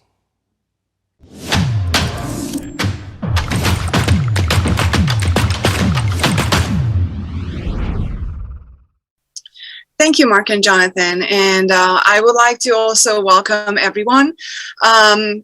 We will have an amazing panel where we will talk about StarlingX in the OpenRAN context. We have a few great speakers with us. Andy Duncan, OpenRAN, RF and Digital Platform Development Manager at Vodafone. Muhammed Gill, who is Vice President, Industry Solutions at Wind River. And John McCready, who is Director of Product Management, RAN and Private Mobility Solutions at Dell Technologies. So before we jump in and ask some questions to our great panel, let me just tell you a few words about StarlingX. It is a fully integrated open source cloud platform that is fine-tuned for edge and IoT use cases. The platform creates a fusion between OpenStack and Kubernetes and many other open source components. And with that, it creates a platform that is capable of running virtualized, containerized, and bare metal workloads and treating them all as first-class citizens. The community, as you would kind of assume because of the edge focus, has a high focus and emphasis on security and aspects around zero-touch deployment, management, and operation. And one of the flagship features of the platform is called the distributed cloud architecture, which provides you with the possibility of a centralized management within the platform when it comes to the central sites and the edge sites. However, it also provides the possibility on the edge sites to run them in an autonomous way, which becomes really important and handy in case connection loss happens between the central side and the edge. And well, let's face it, sometimes it happens, but then the system resynchronizes and the workloads should not really feel any impact because of that connection loss. And when it comes to edge computing, I just, talked about connectivity, which is crucial. Without connectivity, we don't really have a true end-to-end edge architecture. And to be able to provide that connectivity, the telecommunication industry has to be the pioneer in the edge computing space, which is what they are doing as we speak. And therefore, it's not really a surprise that StarlingX as an edge platform is really popular in the telecom industry. And as an example to that, we have Vodafone with us today. So I'm really excited to start with Andy and ask a few questions because Vodafone is a leader in OpenRAN. They are having their rollout in the UK currently, which happens to be the first commercial OpenRAN rollout in Europe, which is really, really exciting. And they are using StarlingX as part of their infrastructure. So Andy, I'm turning to you. What are your goals for OpenRAN in the future, and what do you expect how it will affect your business? So we've been working on the OpenRAN platforms now for in excess of 5 years. It's been a remarkable journey, which I'm glad to say a wide portion of the industry is following us on as well. And it's really looking at how we move from where we are today to drive a more open ecosystem in the provision of RAN networks, to drive more competition within the marketplace, introduce new vendors to that, to support us in our objectives of bringing the very best services to our customers. And as we move into 5G and the deployment expands across our markets, we see our customers are having much more specific requirements in terms of the services and applications that they're wanting to see running. So the flexibility of open source solutions, the community that we see developing those solutions and really helping us to drive innovation, which is critical to meet the demands of our customers, are all very much in line with our core objectives for OpenRAN. So, in summary, it's about broadening the ecosystem. It's about accelerating research and development, and then really using the community to drive innovation to deliver the services to our customers.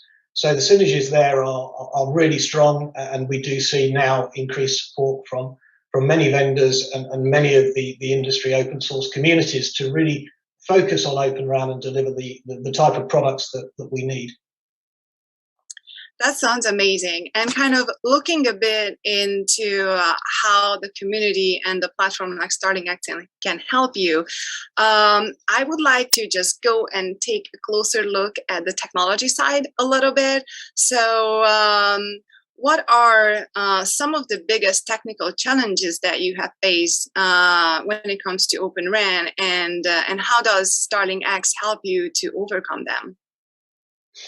So it's we're coming from a very, very high baseline. The proprietary platforms that we deliver today to our customers, are clearly world-class platforms delivering services at a very high standard. So we have to work across this new ecosystem, working with vendors really to bring the OpenRAN platform up to that level.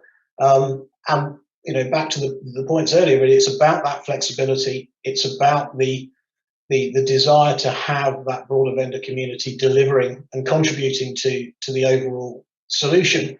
And the key things that we're seeing today really is about driving scalability. Of the 20 plus networks that we run globally today, it's probably fair to say that no two networks is ever the same. Many of those networks have evolved over the last 20 years. They have various legacy transmission implementations. The infrastructure is often distributed. And that's one of the critical things for us. We need a platform that fundamentally follows a standard blueprint so that we can replicate that effectively across many markets. But we want one that is both scalable and flexible. And that's where it's helped us make the decisions to support our initial market deployments. And the UK is a very good example of where that's happening now as we speak. As we were saying about the customers, really, it's about now needing to be agile and efficient to meet the demands of our customers, delivering those new services, and ensuring that the platform that we deploy today can expand and evolve as our network requirements will do as we move from 5G technology, which we're only just starting to roll out today, and then into the future 6G and beyond that. So we want a platform that is open, efficient, scalable, and agile. And at the moment, we think that we're seeing all of these attributes in this sort of open source community and enabling to meet the requirements that we have. Which in itself probably leads us on to one of the bigger challenges, is that we're used to taking solutions and products from single vendors in the past. And what we're having to do now is generally we're taking best-in-class solutions, but we have to integrate those back into one common and single platform. Technically, the components are all working really very well, but as you bring different vendors together, matching our target blueprints for the first markets, and as we say, the UK being one of those, we're having to spend time now really working on the interoperability, the integration of the subcomponents, and ensuring that the platform that we deliver, at the end of the day, is one that meets and hopefully exceeds our customers' expectations. So it's about getting it right at the moment and just ensuring that it does exactly that. Amazing. Thank you for these great insights. And I would like to just kind of follow up on that and turn over to Muhammed and kind of take the vendor perspective a little bit as well. So Muhammed, what are the benefits that you are seeing that Wind River customers are getting from StarlingX? Thank you. So, been in the operator shoes for a long time. I'll speak about a key benefits that an operator, a CSP, can get out of StarlingX.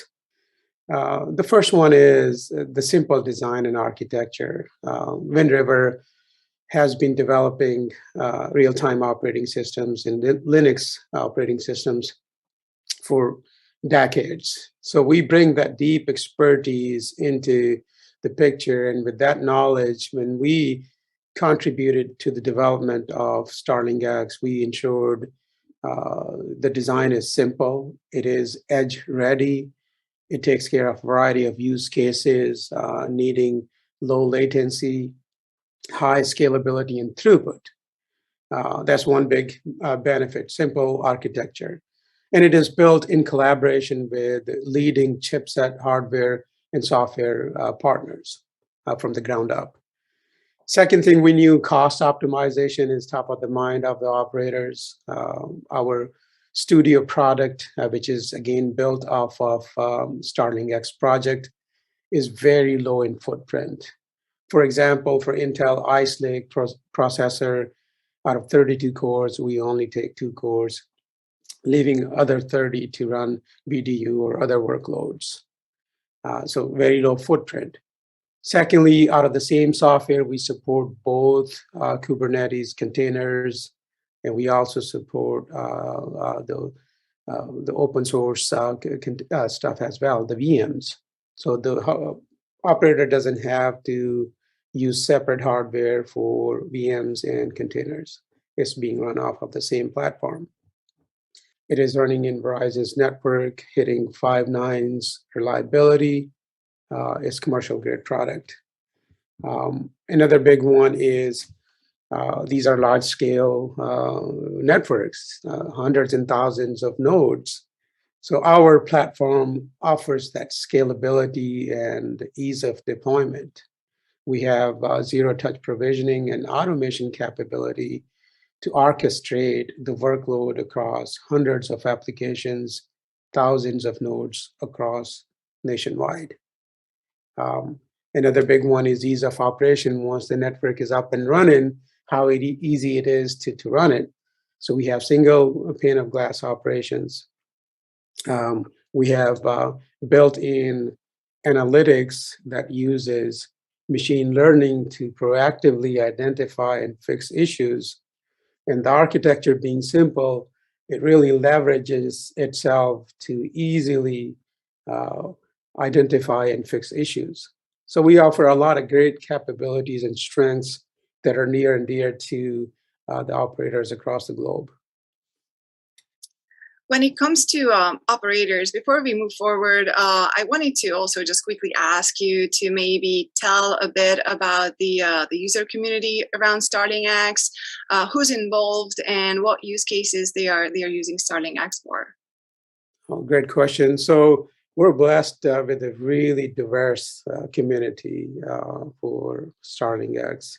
From open source perspective, we have partners like Kubernetes, Dockers, OpenStack, and then from hardware perspective, we're working very closely with Intel, Dell, and Fujitsu. Then we have a variety of vRAN, OpenRAN software providers, solution providers. In case of Vodafone and Verizon, we're working with Samsung, we're working with Mavenir, Casa, Airspan, others, the list goes on and on. So it's a very diverse and vibrant community, contributing both from the radio side of the house, the software, and then orchestration, the whole 9 yards. And I would also like to mention another big one. We have been working very closely with Dell. We have a program where we pre-certify the hardware with Dell. We did that for the previous hardware. Now we're working that program for XR11 as well. Amazing. Thank you. And with the interest of time, on that note, I would like to turn over to John and just ask you to please tell us a few words about how Dell is involved in OpenRAN, what Dell is doing there. Sure, thank you. Dell's been involved in digital transformation, cloudification, et cetera, in the enterprise for years, and now we see the telco network really as the next frontier. And there's been great progress in the packet core and the voice core, and now RAN is obviously a great opportunity for the industry to get a lot more efficient and leverage all this great technology we've been talking about already. So as Muhammed mentioned, we've developed a number of hardware platforms that are specific to the requirements of not just to telcos generically, but to the telco network and the RAN specifically.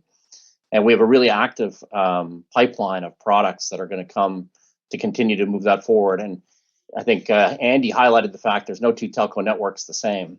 And so we have to have a lot of flexibility and a lot of diversity in the portfolio and able to be able to serve everybody that is there. And the other part that's really important is we intend to apply OpenRAN principles to some offers in the private mobility side as well, which is a great new opportunity for carriers to be able to use the 5G technology as part of the business infrastructure. Manufacturing, healthcare, logistics, all these industries are seeing great opportunities to leverage 5G, and that's a place where Dell can really add value. That sounds great. And I think it also kind of points back to collaboration as it came up a couple of times during our panel today. So on that note, I just also wanted to ask you how you see that, what kind of partnerships are you building, and what is your view about these partnerships when it comes to OpenRAN? Well, I think it's critical because the key point of OpenRAN is open. And so, Dell's working with partners at all layers of the stack, whether it's the RAN application itself, the CU and DU software, whether that's for carriers or for enterprise opportunities. Of course, we're working closely with the large carriers themselves. We're really proud to be part of Vodafone's initial selection for their OpenRAN opportunity in partnership with people like Wind River. And we announced we're developing a lab infrastructure, which we've branded as OTEL for Open Telecom Laboratory. And in there, we're bringing a lot of the players in the industry. Many have been mentioned, people like Mavenir, et cetera. And really at all layers of the stack, whether it's the operating system, VMs, Kubernetes, whether it's the application, whether it's automation, which is a huge part of making OpenRAN successful, being able to drive an automation solution so that carriers are able to run what effectively becomes a bit more of a complex network. So, we're going to need all the innovation of all the players in the industry to really make this successful, and Dell's happy to be acting in the middle of that. Thank you so much. And with that, we unfortunately have to conclude our panel. This is all the time that we had for today. Thank you, Andy, Muhammed, and John for this amazing discussion and great insights into how the telecom industry and OpenRAN is evolving. We heard 5.9, 6G, and it's all about collaboration and community to make all these happen and deliver on these requirements. So this is my call to action for you who's watching this panel to come and get involved and get in touch with the community. And with that, I would like to hand over to one of our technical steering committee members in StarlingX, Greg Waynes, who will be telling a bit more about the project. Greg, the floor is yours.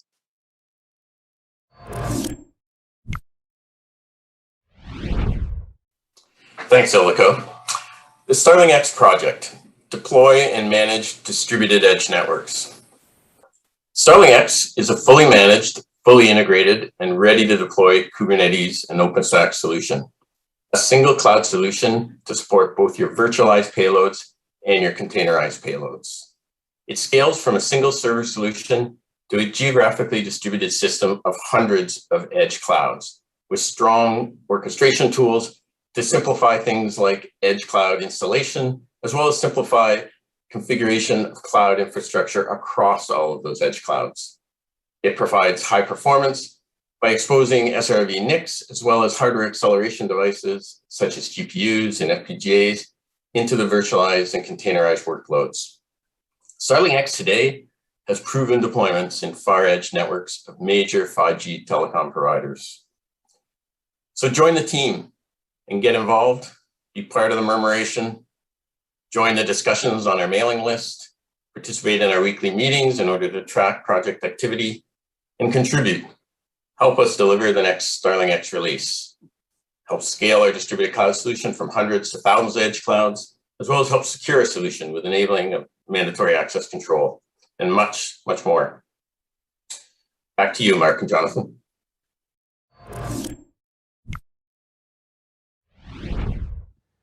Thank you, Ildiko, Andy, Muhammed, and John for that panel discussion. And also thank you to Greg Waynes for the StarlingX OpenStack. And one other thank you to Wind River, who is, as we mentioned, one of the headline sponsors for our OpenInfra Live Keynotes presentations that we've been doing across these 2 days. I think it's been awesome to have so many great speakers and so many people from around the world in the community coming and talking about open source and the impact of open source. Now, Mark, we've been talking about connectivity. We have. And we have some interesting things sitting here in front of us. One of them has an antenna. This looks like some kind of connectivity related device. What do we have here? Well, let me tell you, Jonathan, I was super excited. This package arrived on Friday. I was like a kid in a candy store. This came from Boris Rinsky over at FreedomFi. So this little gateway here, they just started shipping these, and it's actually powered by Magma. And you pair this with the radio, and you can actually provision your own 5G network. It can also power IoT devices, and it also includes the helium, cryptocurrency. I mean, it's got every buzzword compliance you can imagine. Yes. And it literally like arrived Friday just in time for us to bring it in a few days later and and show it off. So now I remember we did a global connectivity OpenInfra Live episode. We did a few months back, and at the time Boris had just announced that he was going to be doing this helium-enabled 4G, 5G, low-RAN gateway. No one had seen them at the time, Yeah, did it exist? It's unclear, exactly. And it was Boris a lot of buzzwords. Convinced the world. He's very good at that. Yes, and so it's awesome to see this here in person. And like you said, the key thing is this is running Magma, the open source project. Yes, that is a big part of the global connectivity push. Yeah. So next up, we are going to get to hear a little bit more about how people are using Magma in production beyond things like helium miners and 4G and 5G hotspots, but other production use cases along the road to connecting the next billion people, which is Magma's mission. So let's go ahead and pass it to Allison Price and Reg Orton from Brick.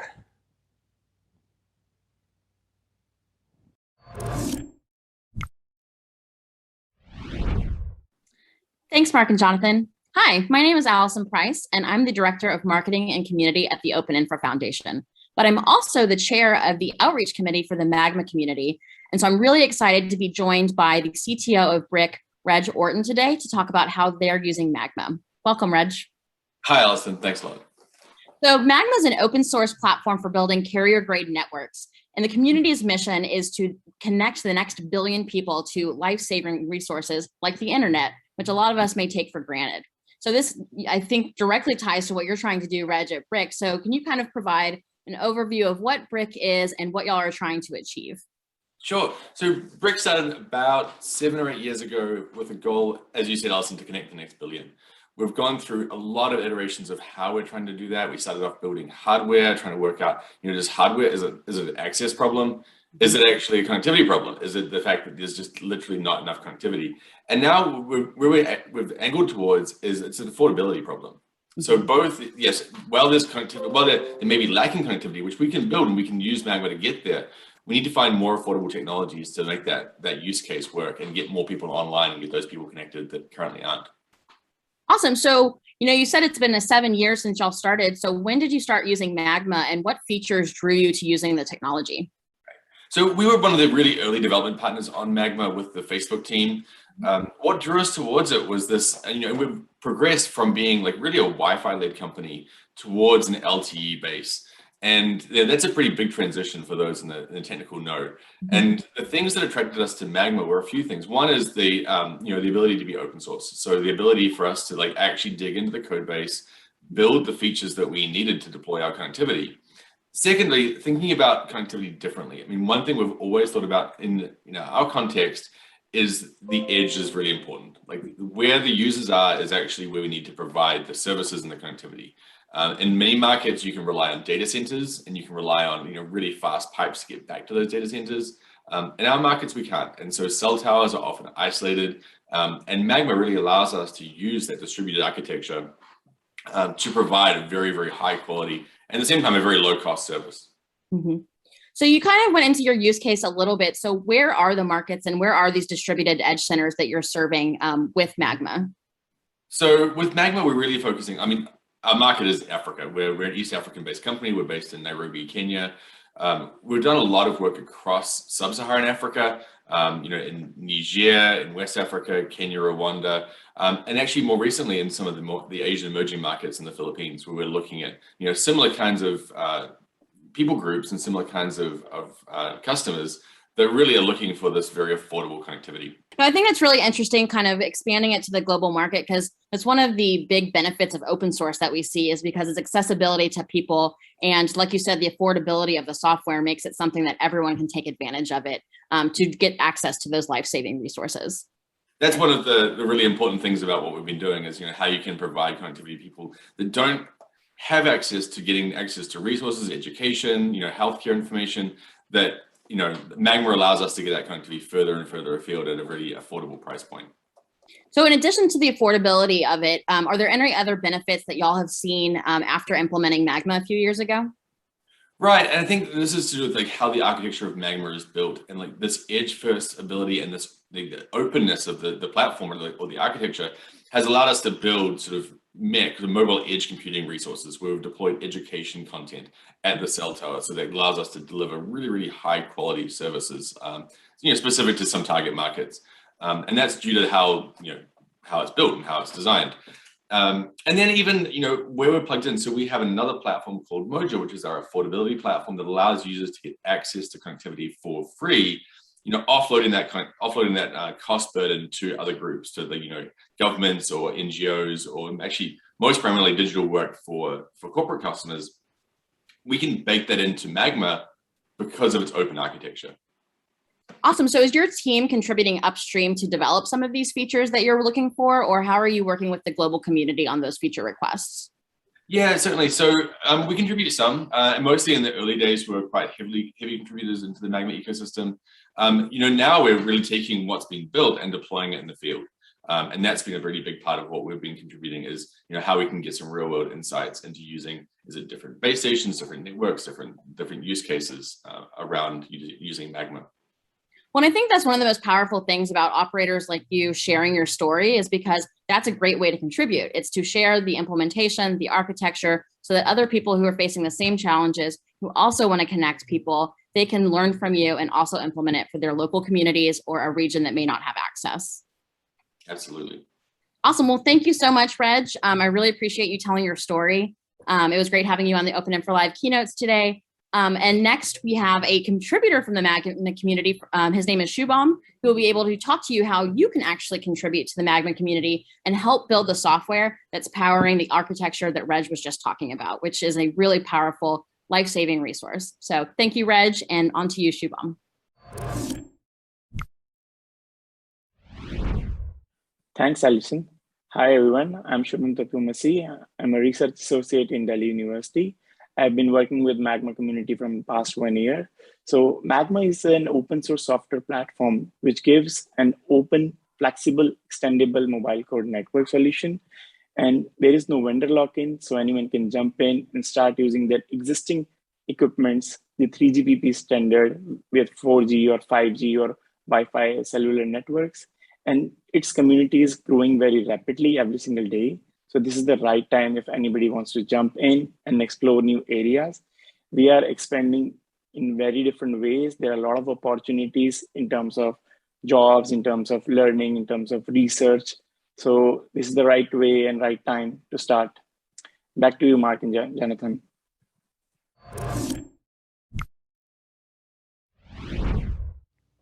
All right, thank you so much to Allison and Reg. It's great to hear about Magma. As you know, it's really powering all these great devices and so many things around the world. And we also want to thank Shubham for that open snack about how to contribute to Magma. Very important topic. Now, one of the things that we discovered in some of our research this year was that 9 out of the top 10 telecoms in the world are actually running OpenStack as part of powering their network, which means that billions of people are already today connected through OpenStack and these open source tools that we're talking about. Also yesterday, we mentioned that we had now accounted for 25 million cores. Yeah, we have a reminder here, just I in know, case you forget.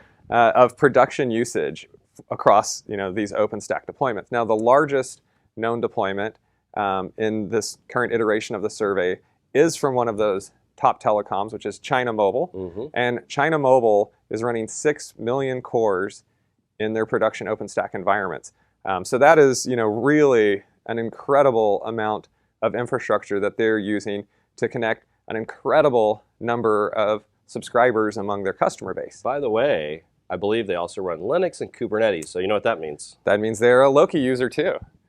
And we are really happy to have a speaker from China Mobile joining us today to talk about what they're doing with their network, what they're doing in some of their R&D efforts, and how they are evolving as an organization with all of these open source technologies. So we're really excited now to hear from China Mobile, Mr. Duan Xiaodong.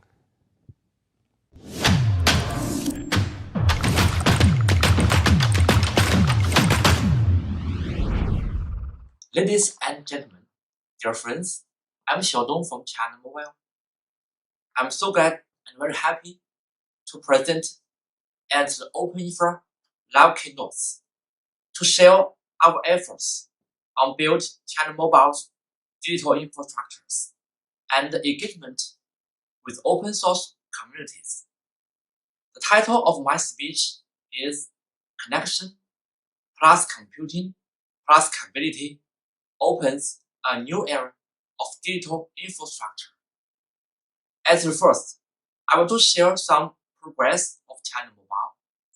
Currently, China Mobile has built the world's largest telecom network with over 5 million base stations, include 516,000 5G base stations, serving on 1/5 of the world populations. We have 950 million mobile users. Our IoT connections is more than 160 million, with the total number of our connections is over 2 billion. As a leading operator, China Mobile already embraced open source for many years. Our open source strategy covers network virtualization, network orchestration, cloud-based radio access network, automated integration, cognitive, and many more. As a major contributor, we have already actively participated in many open source projects in telecom community, such as OpenInfra, ONAP, vRAN, Educate, Acrino, Activela, SR6, and so on. Now, I will focus on China Mobile's participation in the OpenInfra community. We won a Super User Award in the year 2016, and during these years, we have fully rolled out the OpenStack architectures into China Mobile's digital infrastructures and achieved 5.9 carrier grade availability. Currently, China Mobile has 3 clouds: a network cloud for 4G and 5G, a public cloud for public service, and an IT cloud for internal service, all of them running on OpenStack. Nearly a quarter of the global number. Meanwhile, as a good member of OpenInfra Foundation, China Mobile actively contributes to the community, including more than 30 best practices, with more than 10 engineers serviced as SPC members and PTers, and multiple code contributions in various projects. China Mobile is continuously driving innovations from CT to ICT and now to DOICT, which means the convergence of DT, OT, IT, and CT. In the future, China Mobile is planning to build connection plus computing plus capability digital infrastructures with 5G, B5G, 6G, and 7, which which means computing force network, and ability as a server platform. We regard standardization and open source as the two driving forces for the telecom innovation. Now, let's focus on the two important areas, which is more important for the industry from my view. The first one is the 6G network, which is a very big issue for the industry. China Mobile released a white paper on the vision of the network architecture of the 6G, in which we called the architecture is distributed automatic network architectures. We envisioned 20 potential key technologies, include the airspace ground network, the digital WAN network, and so on, which has been listed on the slides. We welcome open source community to pay close attention to the 6G roadmaps and set up new open source projects on the area, such as the programmable networks, the digital WAN network modelings, and the white box open hardwares and open parameters, and so on. The second one is CFN, which we call it Computing Force Network. It is very big new plans and visions for China Mobile and many operators. It is computer-centric, with the network service as foundations and the deep integration of many key components and technologies, such as network, cloud, big data, AI, security, edge, terminal, and blockchain. We call it ABCD-NEX, the 4 keywords for the integrated and unified service. As shown on the slides, we have already built a CFN technology map. We would like to invite all of you and other open source communities to join us and contribute.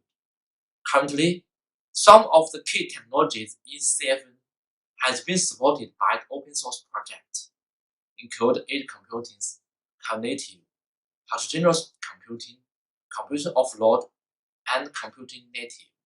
But from my view, the other areas, the prototypes are not yet be built or integrated, such as the unified operation for computing and network merged RAN, and in-network computing, and so on. And last, I think time is limited. I want to make a brief contribution. A new era of innovation is upon us along with the fast growth of the digital economy. The convergence of the DOICT opens a big innovation for all of us. China Mobile recently announced a connection plus computing force plus capability strategies and has launched the 6G and the 7 projects. We firmly expect open source to be the main driving force for this innovation. And in this area, such as computing force routing, DTN, digital to network, diversity computing, abstraction, many innovation aspects, we expect the open source community to support. And thank you for your attention. China Mobile looks forward to work with the community to actively promote open source and accelerate industry openness and collaborations, which you all enjoy the rest of the OpenInfra live keynotes, and wish all of you can see each other in the future. Thank you.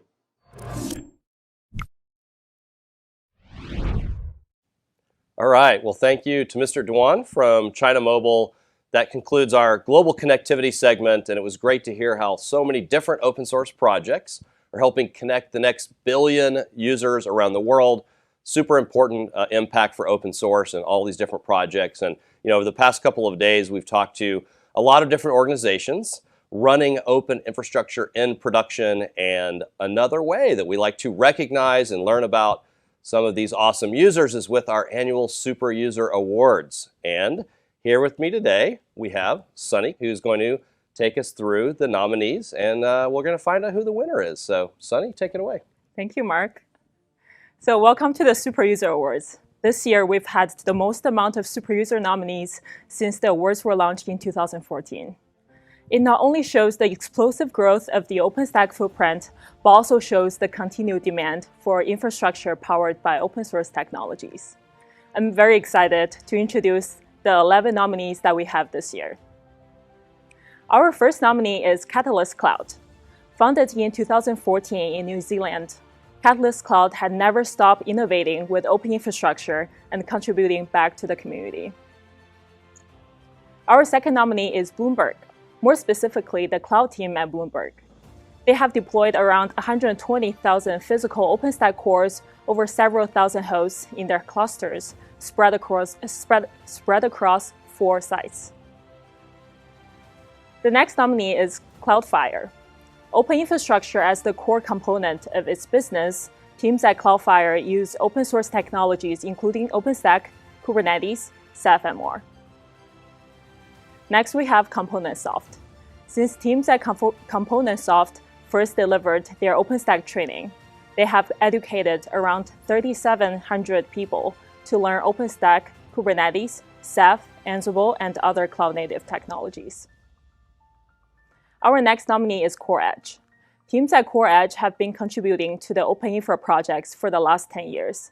They are very active in attending meetups, providing feedback, code contribution, and discussion on blueprints. Next, we have Emotion Hosting.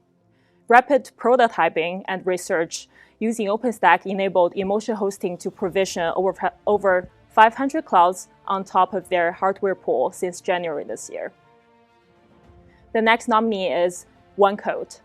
They are currently in the process of expanding their OpenStack deployment across Sydney, Brisbane, Guam, Los Angeles, Hong Kong, Singapore, and Manila. Our next nominee is OROC Technologies. The OROC Cloud is an open-source OpenStack cloud running 4 US data centers and 1 Europe, Middle East, and Africa-based data center with over 1,500 cores. Next, we have OSISM GmbH. This OpenStack Ceph distribution from Germany has grown from 1 employee to 10. They run various OpenStack upstream projects and adopted the 4 opens technologies and adopted the 4 opens philosophy in their model. Our next nominee is the Binero Group AB, specifically the R&D operations and engineering teams. They're almost exclusively using open source technologies in their work and platforms. Among all the OpenInfra projects, the ones they utilize the most are OpenStack, Ceph, and Zuul. Last but not least, we have Yahoo, specifically the data center infrastructure cloud engineering team. With more than 4 million OpenStack cores across thousands of compute nodes and hundreds of thousands of physical servers in around 18 clusters, Yahoo has long been a strong advocate of open source projects.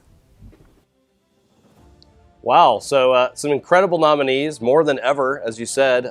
So I guess we've come to that point where we get to find out who the winner is. So tell us who the winner is, Sunny. Okay, so for this year, our winner for the Super User Awards is Yahoo, Data Center Infrastructure Cloud Engineering Team. Congratulations. Wow, congratulations to Yahoo. Amazing. And all of our nominees, just incredible this year. Absolutely, yes. And for Yahoo, although we can't celebrate with you all in person, we're very excited to celebrate with you virtually, and your Super User Awards trophy is on your way. Great. Well, an amazing winner, but also all these great nominees. So thank you again, Sunny. You know, we have so many other topics we want to explore during the event, and one of them is about this trend where we're seeing a lot more hardware enablement, where it's FPGAs, GPUs. So the data center hardware just continues to change, and there's so much innovation there, and the software has to change as well to enable all this great hardware, right? And so one of the pieces of software that is really integral to that is Cyborg. So up next to tell us about how Cyborg is enabling all these awesome new technologies in the data center world, we have Kendall Nelson and Alex Song.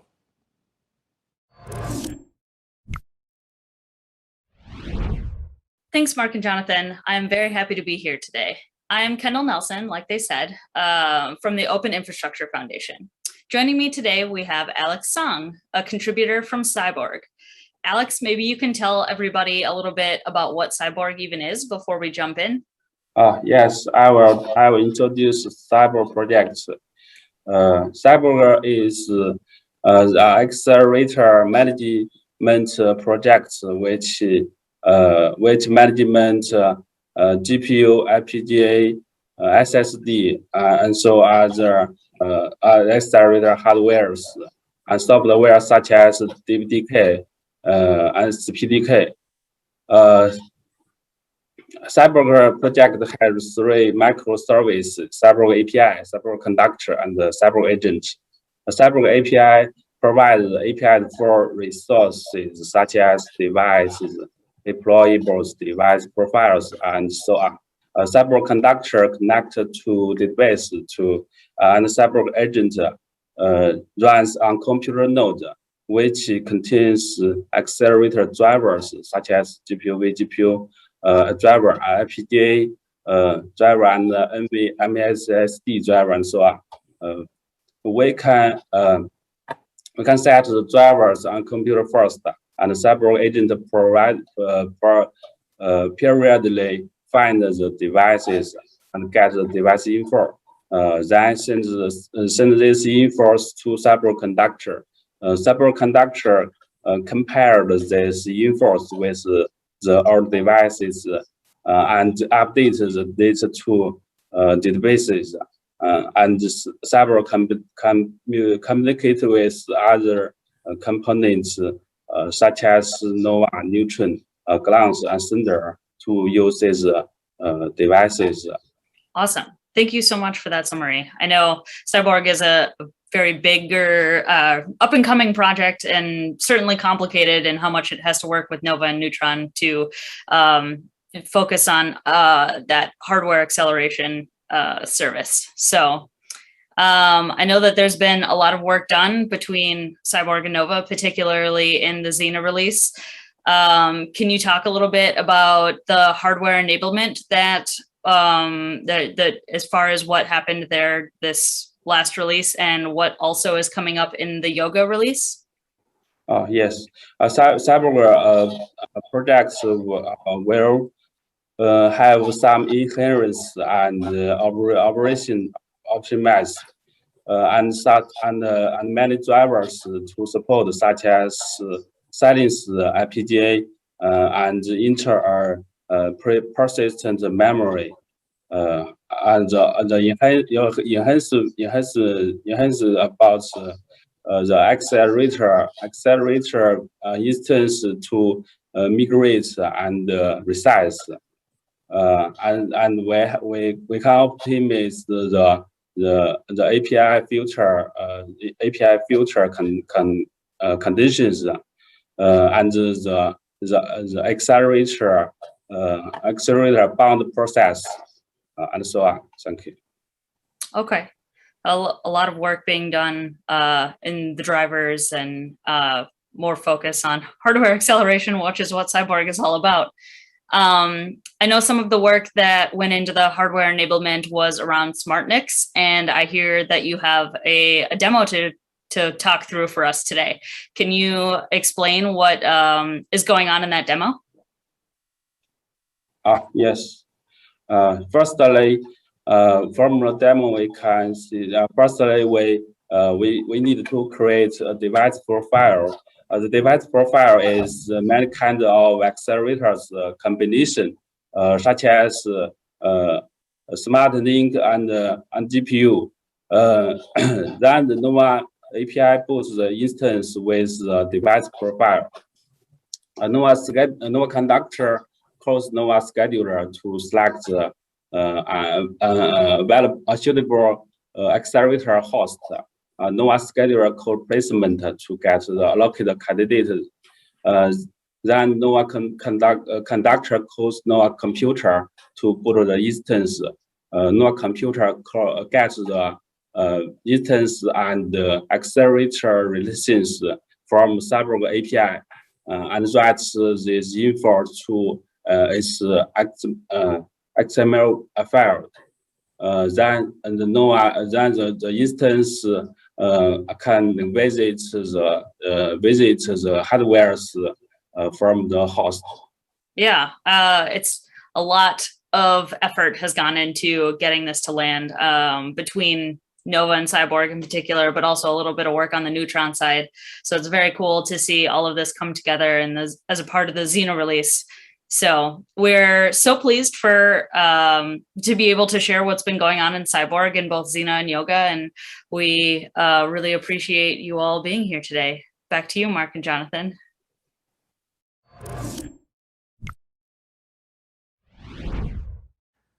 Thanks, Kendall and Alex. Cyborg has been one of the projects that I have been most interested in because I'm super fascinated by all of the advancements that have been happening in hardware, where we have gone from just this idea that we're going to have a bunch of standard pizza boxes in a data center and they're all going to be exactly the same and that's all that's going to be in a data center. Wrong. I know. We have ended up in a spot now where we see a lot of diversification in the kinds of hardware that's going in there, and especially for specific types of workloads where we need accelerators, so FPGAs, GPUs. Cyborg is really a project that's just at the heart of that when you're trying to build and manage clouds of GPUs and fleets of FPGAs and just do this at scale. So I love those types of advancements that we're seeing in the open source community.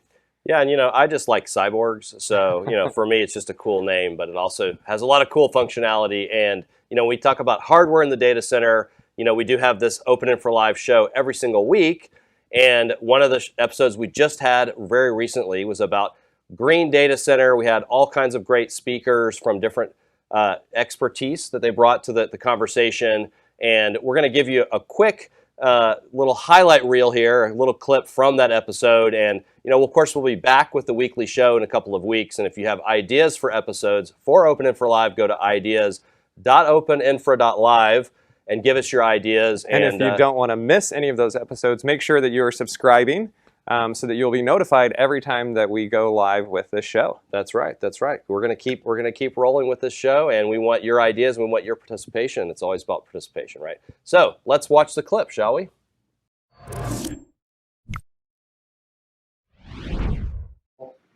John, we'll go ahead and start with you. Just kind of high level, talk to us about the green computing movement, and how open source initiatives like OCP and PCP are fitting into this.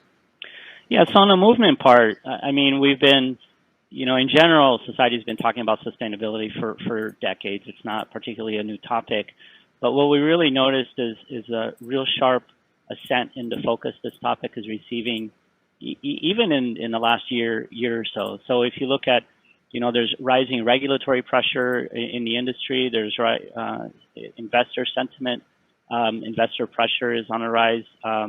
So the expectations for the industry to do more are rising as well. So in terms of the green movement, we've seen CEOs of large corporations are all declaring goals such as carbon neutrality. But then the question arises, well, how do you go about doing that? And I think that's the phase we're entering, where people are starting to unpack, okay, the challenges are being issued, but in practice, then, it's a broad topic, and how do you start decomposing it? What actions do you take? And I think what many of us are realizing is no one company, we can all do our part, but no one company can turn this ecosystem in of its own. So, so when you start looking at movements like OCP, it allows us to come together as a community and drive more change. Speaking about OCP, so on November 9th and 10th is their global summit, and they're going to have a whole day dedicated to sustainability. So it includes, information sharing and kind of engaging the community to drive more action in that space. Yeah, absolutely. And you mentioned how do we do it? we tried to get a wide variety of folks here today. We've got a couple of chip makers and Ampere and Intel. We've got Equinix on the data center side. and Zion, who's got an interesting story around recycling HPC computers and giving them a second life. So talk to me, Peter, you're a member of both OCP and GCP, and Ampere is working to build dense data centers at the edge with more efficient chips. Like, what are the impacts that you're seeing in the work that you're doing, and is it making a difference? Yeah, I would definitely say the stuff that Ampere is doing is making a difference, and I can talk about it from hands-on experience from what operators see in the data center once they start utilizing Ampere's chips in practice, in reality, right? So and to just give a little talk about that, I work directly with the Oregon State University Open Source Labs. The OpenStack project has a leg of the CI, for example, in there on our first generation processor. When I was working with the operator there, Lance, to stand up the infrastructure that we have there, when the power was first applied, and I have to preface this by saying, they also host infrastructure for the open power communities within open source, as well as other other infrastructure for builds and things like that. So he has a good perception of the power requirements down to the rack level for different platform architectures, right? And when he was there and lit up our racks, the rack of 12 of our first gen servers the first time, essentially they used less electricity than the top of rack switches, right? And because of that, he thought something was broken. And had to go get someone else to confirm because it's not, that's not typical. So from what it means in reality, right? Like as the infrastructure is changing, the demands are changing, they're requiring more power.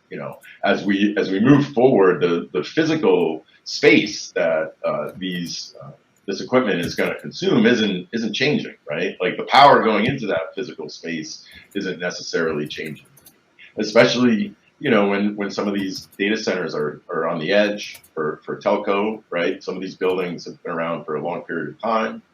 They have physical limitations in terms of what the available resources that can be pulled in. Efficiencies and maximizing that efficiency for the current model will help in both reducing not just the electrical consumption that we have today, but it essentially puts us on a path going forward to try to really optimize the data center stamp to take advantage of what's in there today and help us plan.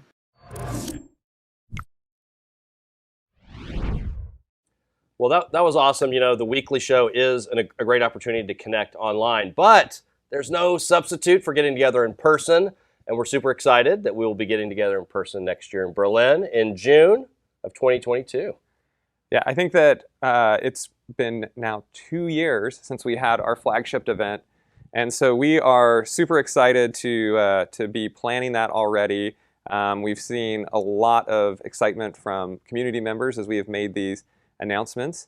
And in fact, we actually have some video of some of the community members there in Berlin who are already getting ready for the Open Infrastructure Summit Berlin in 2022.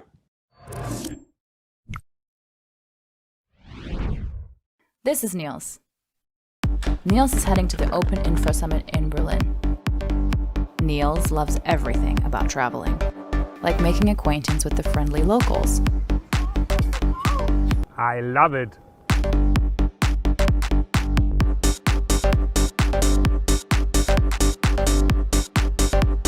Enjoying the local cuisine. I love it.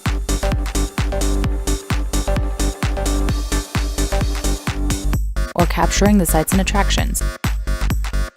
I love it.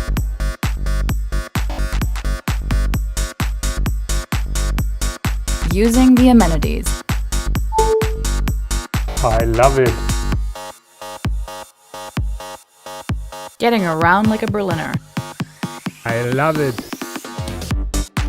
discovering local fashion trends. I love it.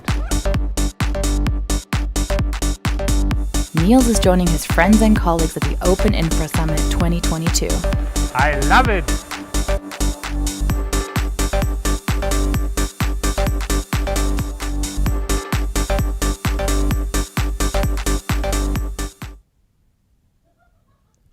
I love it.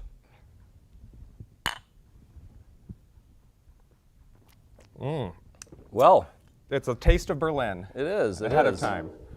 Getting ready. Niels is ready. Yeah, Niels is ready. Thank you, Niels. Niels is with T-Systems, for those of you that aren't aware, and is an active community member, good sport too, as you can see, and helped us put together that video. So hopefully that gives everybody a little sense of all the fun and excitement that we're going to be having when we go to Berlin. In fact, that video was produced by someone who used to be a stacker. That's I guess true. Once a stacker, always a stacker. Shari is now Unframed Productions. They produce all these great videos, so we were able to get help filming that on location in Berlin. So we got some Q&A. Yes, so let's bring back a few of our speakers from today, and we have Johan, Ildiko, Reg, and Thierry. And we're gonna take a minute to bring a couple of questions out here and follow up on some of the content that we heard earlier. So I think, Mark, why don't you kick us off? Sure, yeah. So I think the first question was for Johan. So, you had this great conversation with Victor, and I think he talked about how the public cloud footprint of OpenStack powered clouds is bigger than even any hyperscaler cloud out there. So going forward, kind of how do you see these different things coexisting? Obviously, the hyperscale clouds don't appear to be going anywhere, but there's also this massive growth of alternatives. So kind of where do you see things going in the future in the market? Well, thanks. Well, first off, I would say that, there's a great matchup there, right? You can work with, the hyperscalers, and you can work with OpenStack, and you can run that in hybrid formats in general, so to speak, right? And I would also say that, each country out there has a need for choice and a need for various types of clouds, and OpenStack plays a super vital role there. So, whether that's security, whether that's a regulatory situation that's changing as we move forward. So I would say, there'll be a nice coexistence there, and I think OpenStack will continue to grow, in particular in Europe where we're located. So Ildiko, we had a really interesting connectivity segment, talked about a lot of different projects. A couple of the projects that we talked about were StarlingX and ORAN. ORAN is focused on kind of an open set of technologies for the radio access network part of wireless networks. But it's not just for ORAN. StarlingX isn't just for ORAN. What are some of the other use cases and other areas where StarlingX makes sense beyond that kind of ORAN use case?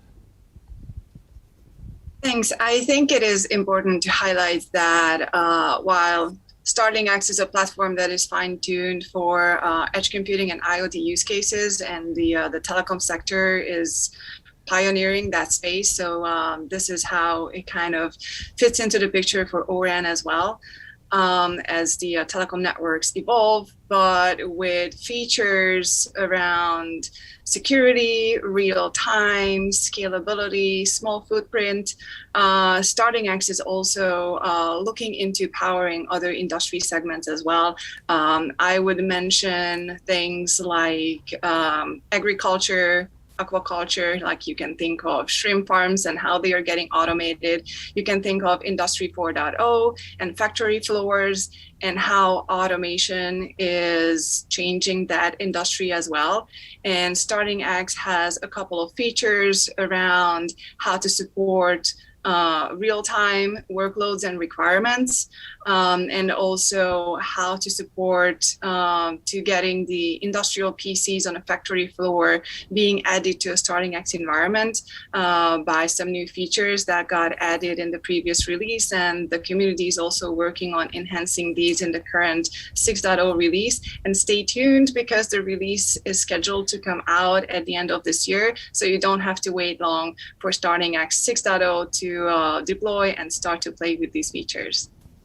Awesome. 6.0 coming soon. That's great. So I think, the next question we wanted to go to was Reg. So you were one of the early adopters of Magma, the open source project, helping with part of your mission to connect people throughout Africa. And I'm wondering, just in terms of what else do you need? What are the other capabilities that you want from the open source communities, whether it's the Magma project or some other open source? What really needs to happen next to continue that mission in terms of open source helping you with what your goals are?